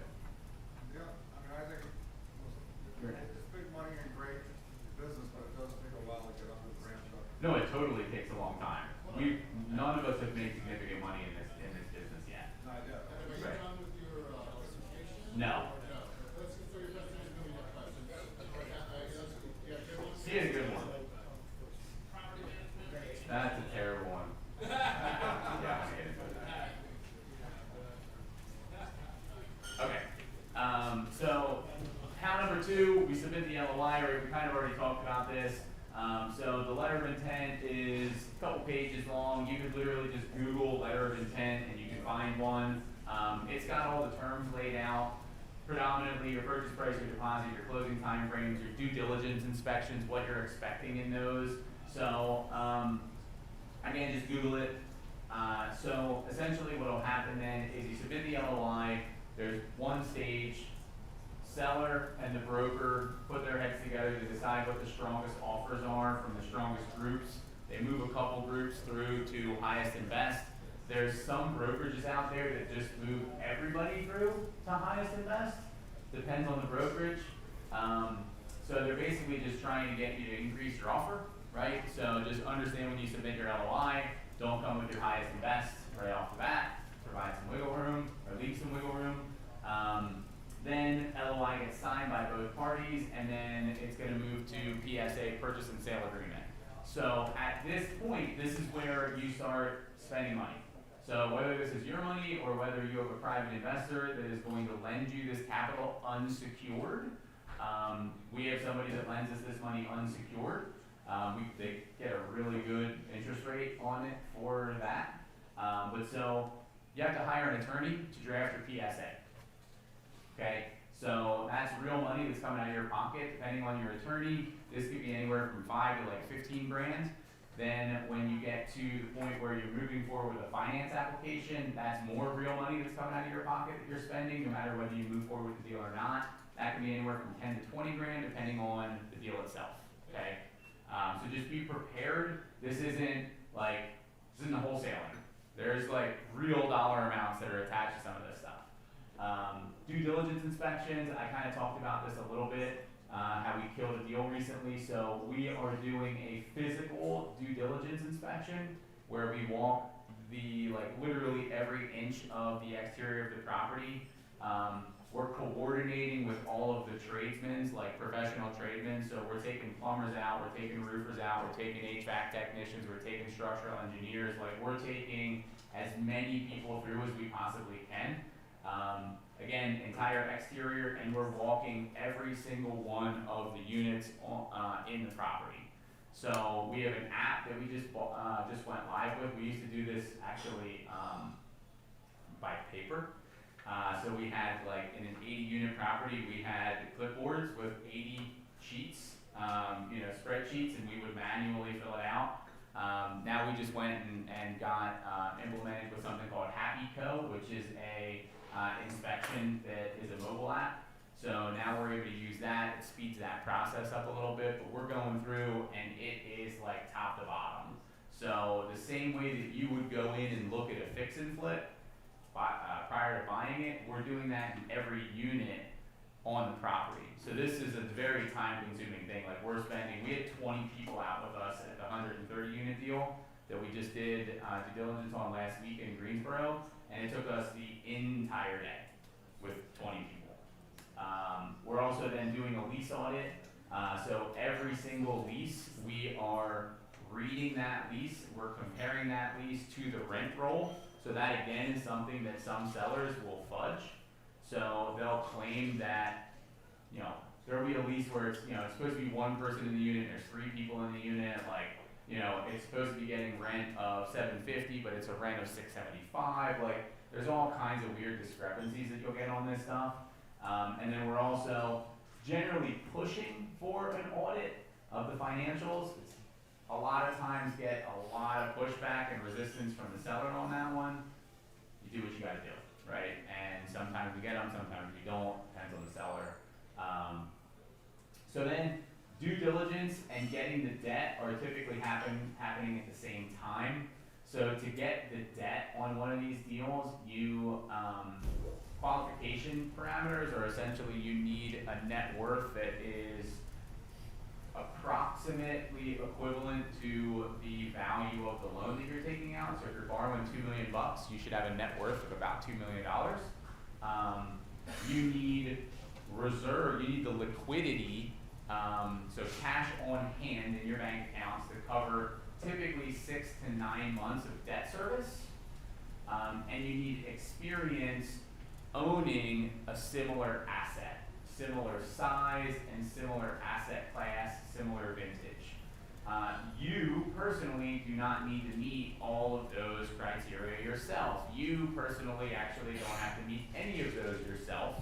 A member of the general partnership needs that. So that's known as a key principle. We are not yet to the point where we're signing on our own loans. So we actually have people that we've met through networking who sign on the dotted line for the loan and they get a piece of the deal. Some people want to be involved in the day-to-day management and the asset management of the deal. Some people just want to sign on the loan and then let you do it. But typically you're giving away anywhere from 10 to maybe 30% of the deal for somebody to sign on that loan for you. Are you also submitting your letter of intent with the key principle being, I guess, you're acknowledging that as your key guy in your letter of intent, or is that just for when you guys are actually getting your loan? So it's always a good idea to do that if you have that person lined up ahead of time, because credibility is something that goes a long way in the multifamily space. So typically, let me backtrack. So you almost borrow your key principles credibility if they are in multifamily and have been doing the business longer than you. So you're a team, or when we first started, we almost presented it as like we were an extension of this person. We were like their boots on the ground or their acquisitions person for Charlotte or whatever. And that's a conversation that we had to have with the key principal. Hey, do you mind? Can we borrow your credibility? It will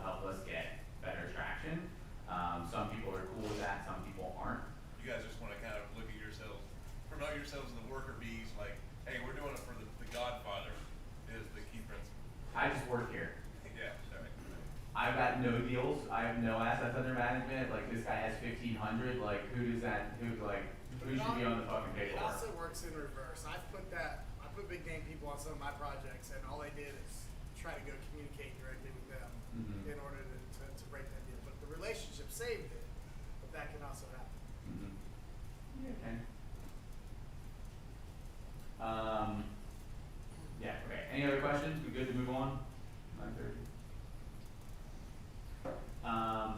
So then how number 3, so now, once we have the finance app submitted, we know that we're moving forward with the deal, the due diligence is all checked out, we go into raising the equity. So these images here are actually pulled off of the investment summary for the deal that we did in West Charlotte. So this is the cover slide. Here's an image that was showing the projected returns, and then we show a map. So you want to, typically our investor decks are like 30 to 40 slides long, so we're trying to paint a really clear picture for our investors. So one thing that we learned is that you should always be raising money. If you never get into multifamily, that's an important lesson as a single family investor to also understand. You should always be raising money. Always raise money, right? So we're constantly raising capital. Guy in the back with all the questions.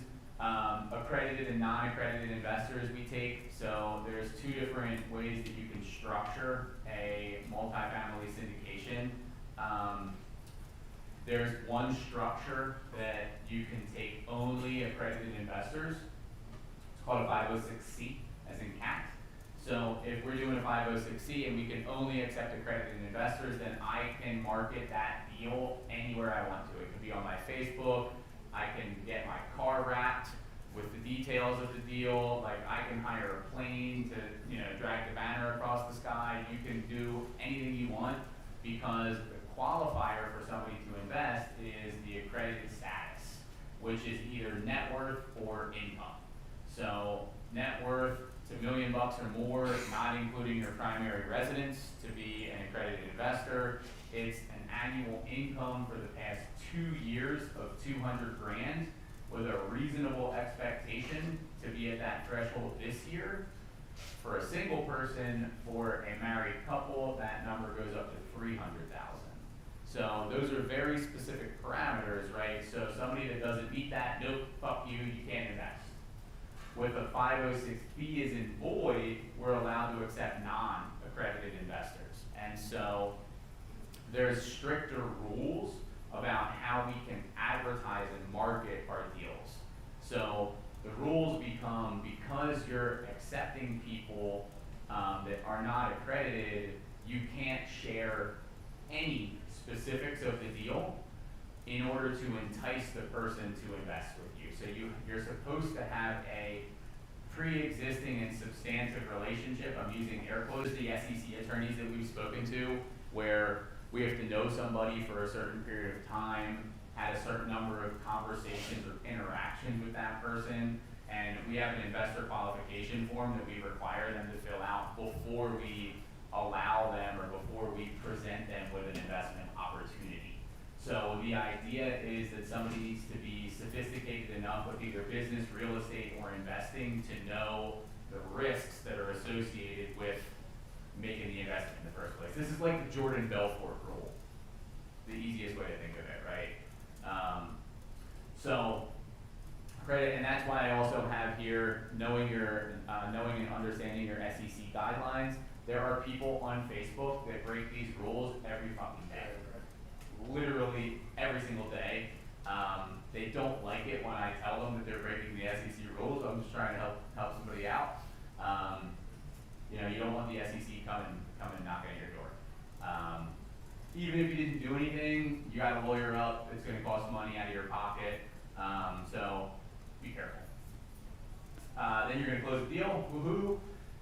And then we're going to asset manage the property. So that goes to the question in the back about the property management.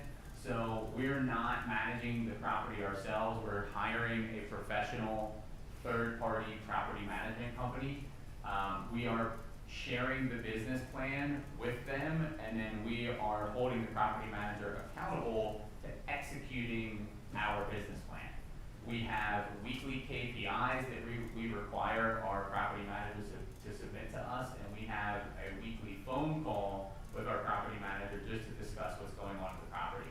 So my experience, property managers, if they're good ones, are good at like the day-to-day.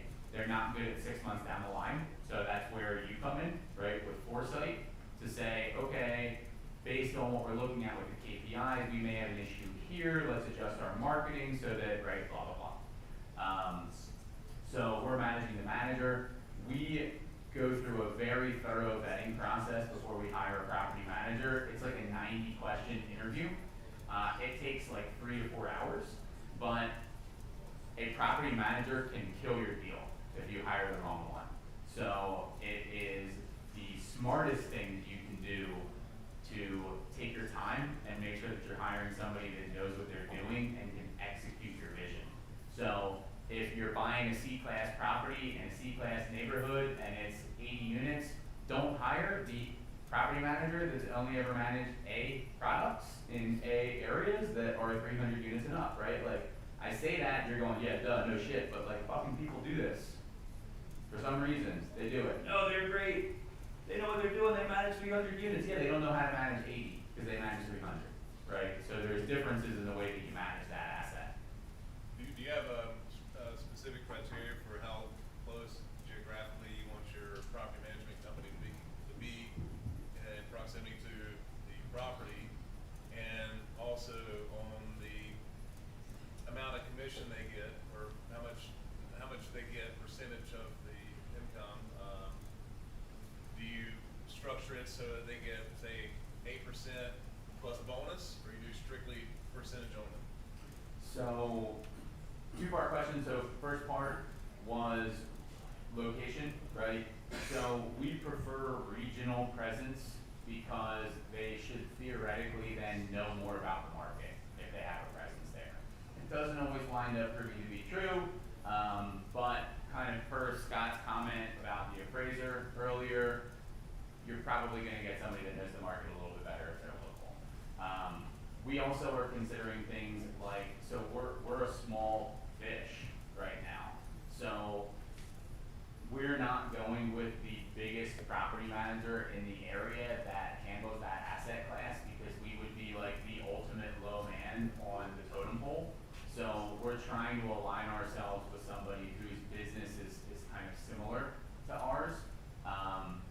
So we want to make sure that we're partnering up with somebody that's going to value our business, not be like, we have 8,000 doors, who gives a shit if they take their 80 somewhere else, right?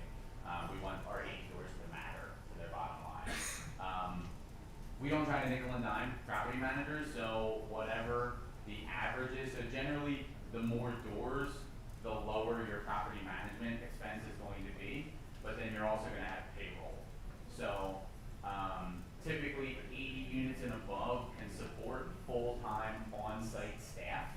So that winds up being easier to manage. You typically have less vacancies. You have faster turnaround times. When you do have a vacancy, you can fill those units faster because you have somebody there 5 days a week, 8 hours a day, right? It's a little more challenging if it's a 50-unit property. You may have somebody on site 2 days a week. 2 days a week. You may only have somebody on site 2 days a week. So it's just harder to rent those vacant units out if that's the case. Hey, Scott.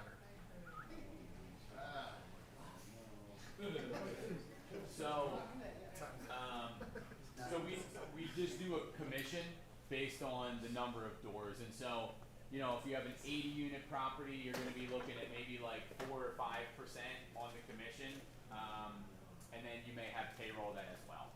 And so the payroll amount's going to vary depending on the area. So a full-time on-site leasing agent is going to cost a different dollar amount in Atlanta than they are here in Charlotte. So you're just going with the local kind of prevailing wage. I'm just curious if you're doing like a significant value add, would it actually be beneficial structure it so they actually are getting, there is a bonus structure, so there is a carrot out there for them to go after? So, if potentially, I mean, we haven't done a major value add like that, so one of the biggest things that we would start out with when we're interviewing. Thank you. I'll just hold it. No, you're good. It gets weird this time of night. So, yeah, he's like 7 drinks deep over here. Hey. So, one of the first questions that we would ask during that interview process would be, what's your experience with major league positions? And, you know, what type of team do you have to handle these types of renovations? So that would wind up being an important question just for the selection criteria. So I don't know, honestly. It might make sense to bonus them just for completion of the project on time or ahead of time. Not a bad idea. If you ever need end buyers, like, you know, off market, my firm probably would have those for you. Like, if they're, you know, obviously a good return, it looks like you're shooting for that. So, yeah, here's one of my cards. I didn't think I brought any because I had no idea you were going to talk about commercial anything tonight. I had no idea. The I just came here universe because I knew everyone was smart who was going to be here. That's why. And I needed a dose of intelligence after work. Thanks for coming, Jennifer. Thank you. Okay, so any other PM questions? 20 of 10? Yes. Not quite a PM question. Okay. But I know both of you seem to be smart. So one of you might be able to answer this. Might be better for a property man or Spit it out, or bro. something, Where you but, at? Cut the foreplay. Yeah. For looking for properties and everything, I know you said you don't market direct to seller generally. Would it be worth it? I don't know how brokers find their properties, but would it be worth it to you to find properties that could be potential? Like as someone who wholesales, drive for dollars or something like that. Would it be worth it to you to find something and bring it to a broker to then call or get in touch with the potential seller, So and then they bring it back if to you? you find something, let me know. Yeah. If I find something, I'm gonna buy it. I'm not gonna take it to the broker. Okay. But so in my wholesaling business in Philadelphia, we've started targeting 2 to 30 unit properties, and our profit margins on those deals are like blows fucking single family stuff out of the water. We're making 30 to 40K average on the small multis. The biggest spread that we did this year with them was like 90. There's way less competition. If you sound like you know what you're talking about, then you've got like a leg up. There's a lot of wholesalers out there that don't know what the fuck ARV is, right? So you guys see the stuff on Facebook like ARV 250, purchase 200, reno 260, and you're like, you're fucking upside down. What are you even talking about, right? So imagine that dipshit trying to talk to a owner of a 28 unit property and trying to understand the financials and the income and the expenses. Like, that's not going anywhere. So we've had a decent amount of success just cold calling those. So we use Reonomy, which is just like a property locator kind of software, and it has a skip tracer kind of built into it. For like, I think it's $430 or $450 a month, you can export 1,000 addresses. So that's one of the things that my acquisition team does every day. We have somebody literally like banging through every 2 to 30 unit property in the greater Philadelphia area. So I would encourage you to do that rather than driving for dollars. Again, time, right? So it depends on your budget. If you have a lot of time and you have a really, really small budget, then driving for dollars might be the better option. But if you can afford to sink $1,000 into marketing, then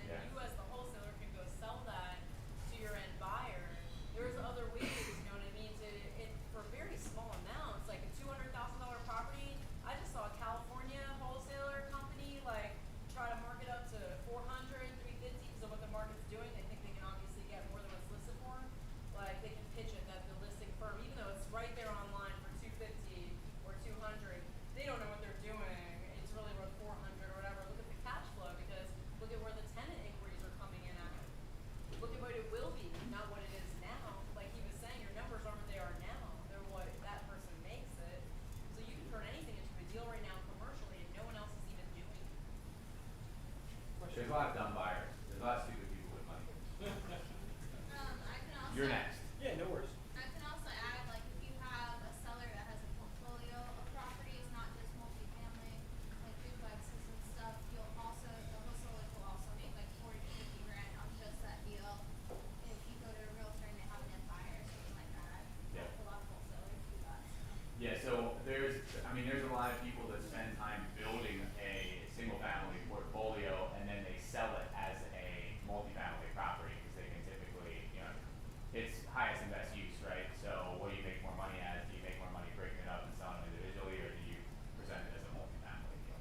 But it's a really good point too. For somebody that wasn't even aware of what syndication real estate was, so you brought it up, Mission accomplished. right? It's, One. to me, this sounds like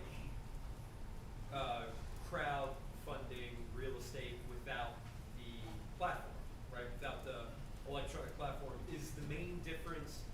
I'm not at the point that I could start this business myself, obviously. So from an investor standpoint, is the main difference here that you guys are more local, BC, niche properties, that the Fundrise, big corporate A property, San Francisco, major, is that the main draw, the main sell to the investor, or is there, is the return different? I mean, is there other aspects to it, Both. right? So we're small, we're local, we know what we're doing. My investor can pick up the phone and talk to me, the principal, one of the principals of the company. We have less overhead, right? So our returns wind up being higher than some of those other crowdfunding sites. And then there's a lot of legality to be able to crowdfund like that, right? Right. So, Right. right. So, well, no, because a lot of those will allow people to come in with like $5,000, Right. and so that's a Reg D, is what that's called. Grant Cardone did one. Like, you could know jack shit about real estate, and you could invest $1,000 in Grant Cardone's like offering, right? So it's similar, and so because like it's a really extensive, it's expensive for an attorney to create that structure. So those are some of the benefits then in us, and then kind of a secondary and a question that we get a lot is, okay, well, why me versus a REIT, right? Right. Or a fund. Right. And the difference there is that in a REIT or a fund, a lot of times you don't know where your money's going. Right. So they'll raise a bunch of capital and then they'll distribute that capital across 7, 8, 9, 10 properties. So you have a lot of times no transparency into the deal itself, but in addition to that, you wind up having a lower return typically because your money, theoretically, it's being spread across multiple properties, so it has lower risk. One of those 10 deals takes a shit, you're not losing everything. At the same time, you are also mitigating your potential for increased returns or higher returns, right? So one home run, the other 9 singles bring down the returns. So a REIT is typically anywhere from like 8, 10, maybe 12% in like a really good performing REIT. 8's typically more along the line, and we're doing 16. The investor knows the exact deal that they're getting into. There's full transparency. Our investors investing in the deal, right? So like we're running through the property top to bottom. They know exactly the business plan. They know everything about it. But then the flip side, they're investing in one property. If this property takes shit, they could lose all their money. Because there's a bit of a higher risk, because of that as well, they get the better return. Right. So it's just depending on the investor, right? And so the conversations that I have with investors are like, what's your risk return profile? What are you looking for? What are the goals that you're looking to accomplish? What kind of money are you looking to invest, right? Because this isn't right for everyone. It's right for select people based on what their goals are and what they're looking to accomplish. No, let's get through slides. Get through slides. Get through slides, and then we ask This thing 5,000 just die again? questions. Dude, your tech. There's What's one up with of your those tech? slides. Huh? Yeah, exactly. I'm talking in the microphone. You can't hear me. What? Now the fucking microphone? It's dead again. You sweated it all over it. Broke it. Well, then yes, start yelling. You're good at that. Yell, yell. So, okay, That's so we talked about how this all comes together, right? So this is how we actually get paid on these. So we get paid 3 different ways on these syndications that we're doing. We get paid when the property closes. So typically it's an acquisition fee is what it's called.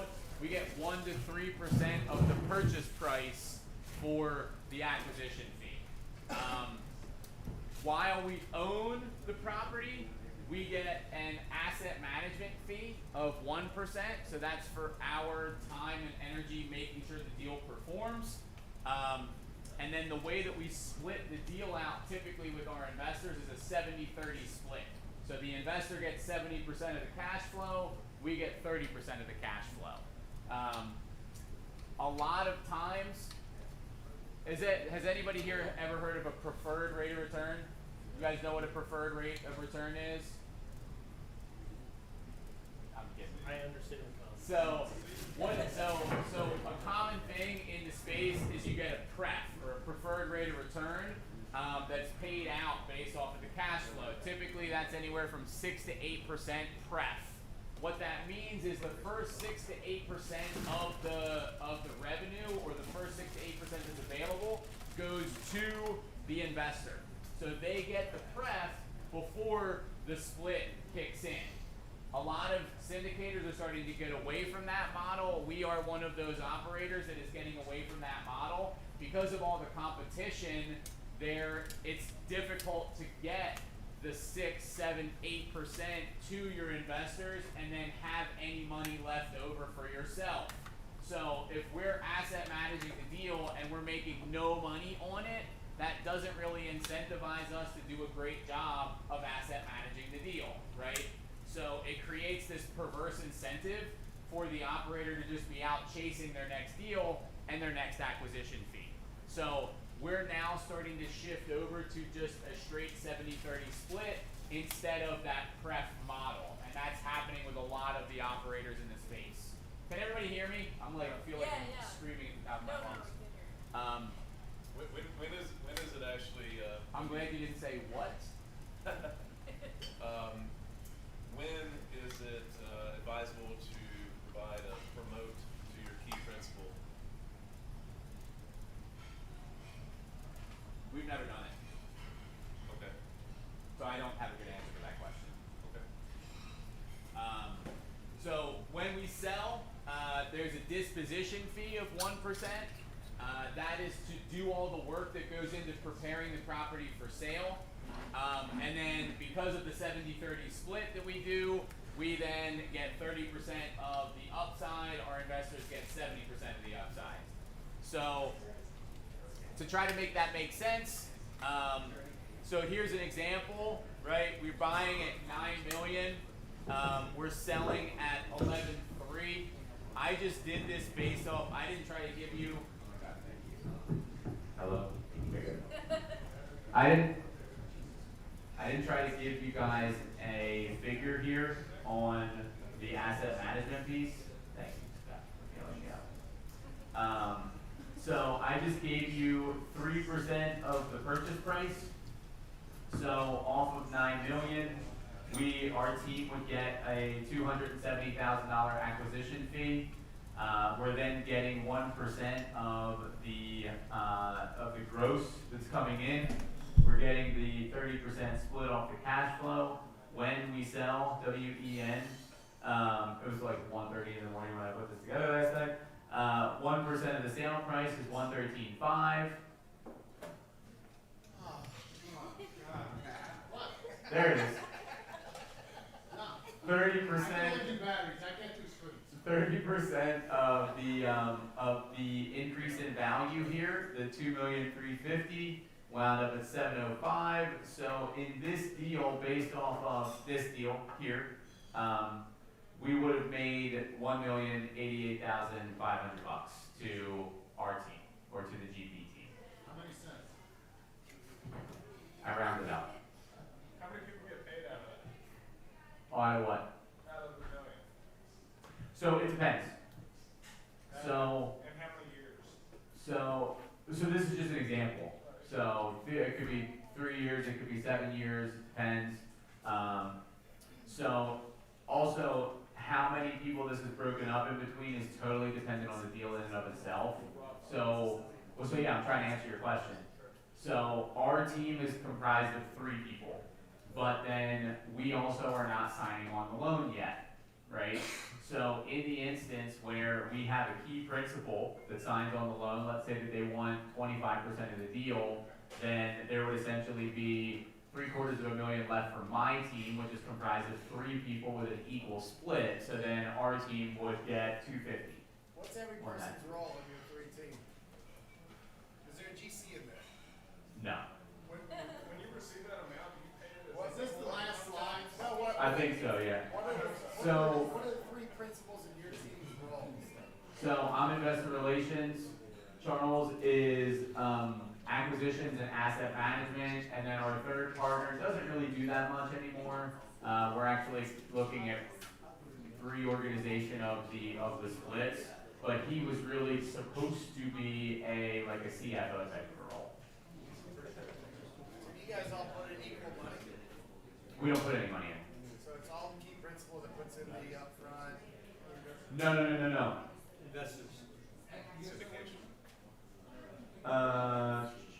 So the key principal is not putting anything in on the attorney cost for the PSA we drafted and the finance application. We raised that money from a private lender.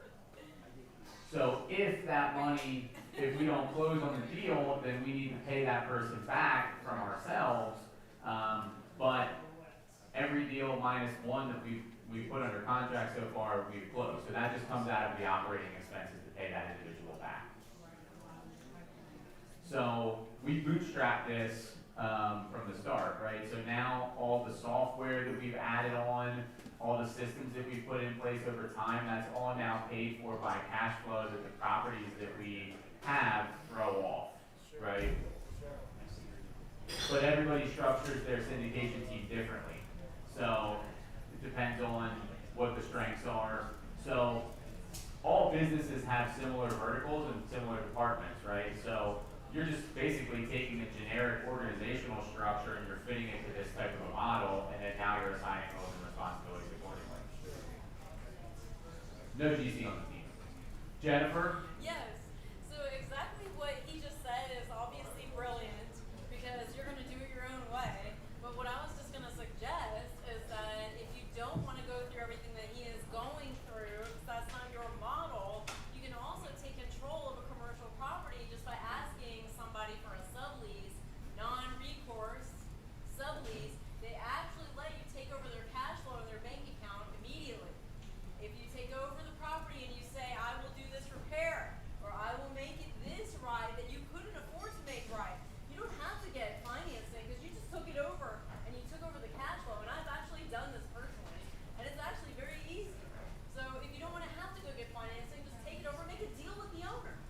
Once you sell it, you'll give him a portion of the profits after you rehab it. Creative finance applied to commercial, right? Next week's meeting. I think there was somebody over in this general vicinity, maybe? No? Okay. So if you want to get started, so this is definitely not a get rich quick business. So we've been in this business now for 4 years. The 3 of us have made like 50 grand. So just understand that this could really take some time to ramp up. Now, the first 2 years we shit the bed, right? Like we were dicking around, looking in 17 different markets before we kind of refocused. So that income was really kind of all over the past 2 years. But if you're getting started in syndication and you're expecting to pay your bills from it in year 1 or year 2, probably not the right business model. This is something that you're going to spend a lot of time and effort to build up, and then once you get some track record, you start getting some deals under your belt, and you start selling some of those deals, that's where some of the really big paydays and the wealth building come in, right? Is when you're disposing of some of these things, you build up a large portfolio. So 204 doors doesn't do it, right? So if you want to get started, you want to focus on either finding deals or finding money. This is if you want to go about it as just a solo individual. I can tell you that almost everyone that tries to get started focuses on finding deals. So if you understand supply and demand, you will be smart and you will focus on finding money instead. So everybody and their brother is out there chasing the same deals. There's only a finite supply of deals that are available.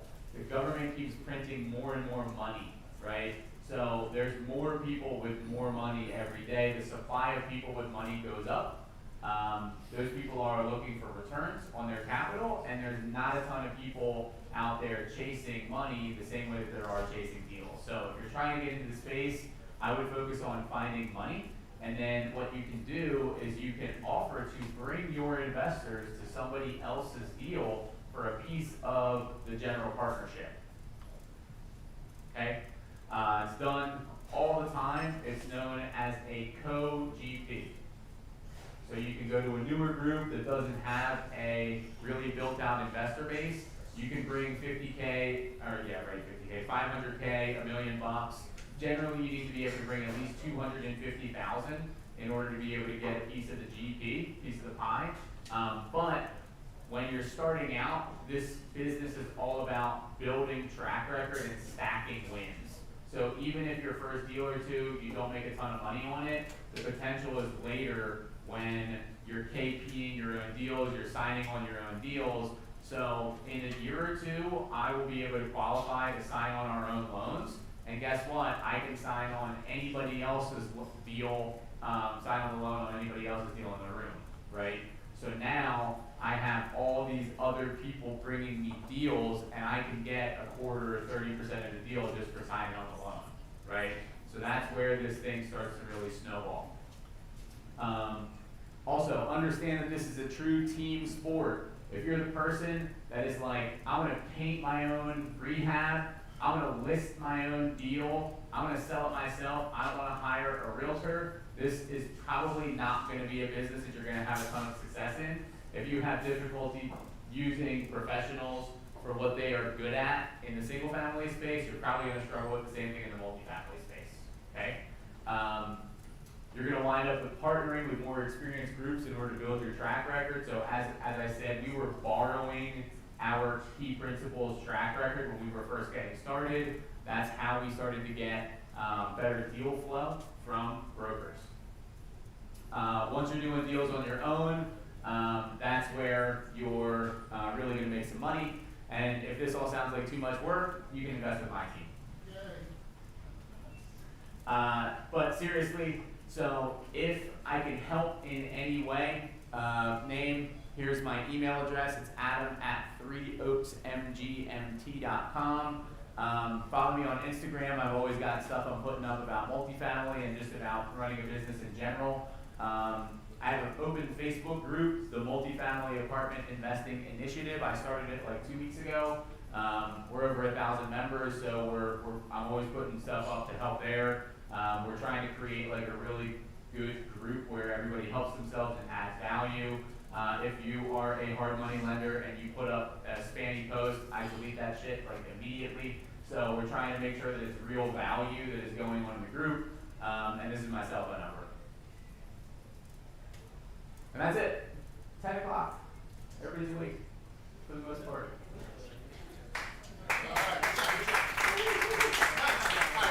So you can leave if you don't want to be rude. Well, you're going to be rude, but I mean, you can leave without being rude is what I'm saying. We can take some questions, settle at the tabs, tip your servers well, right? They're choosing to work, and a lot of people are choosing not to work.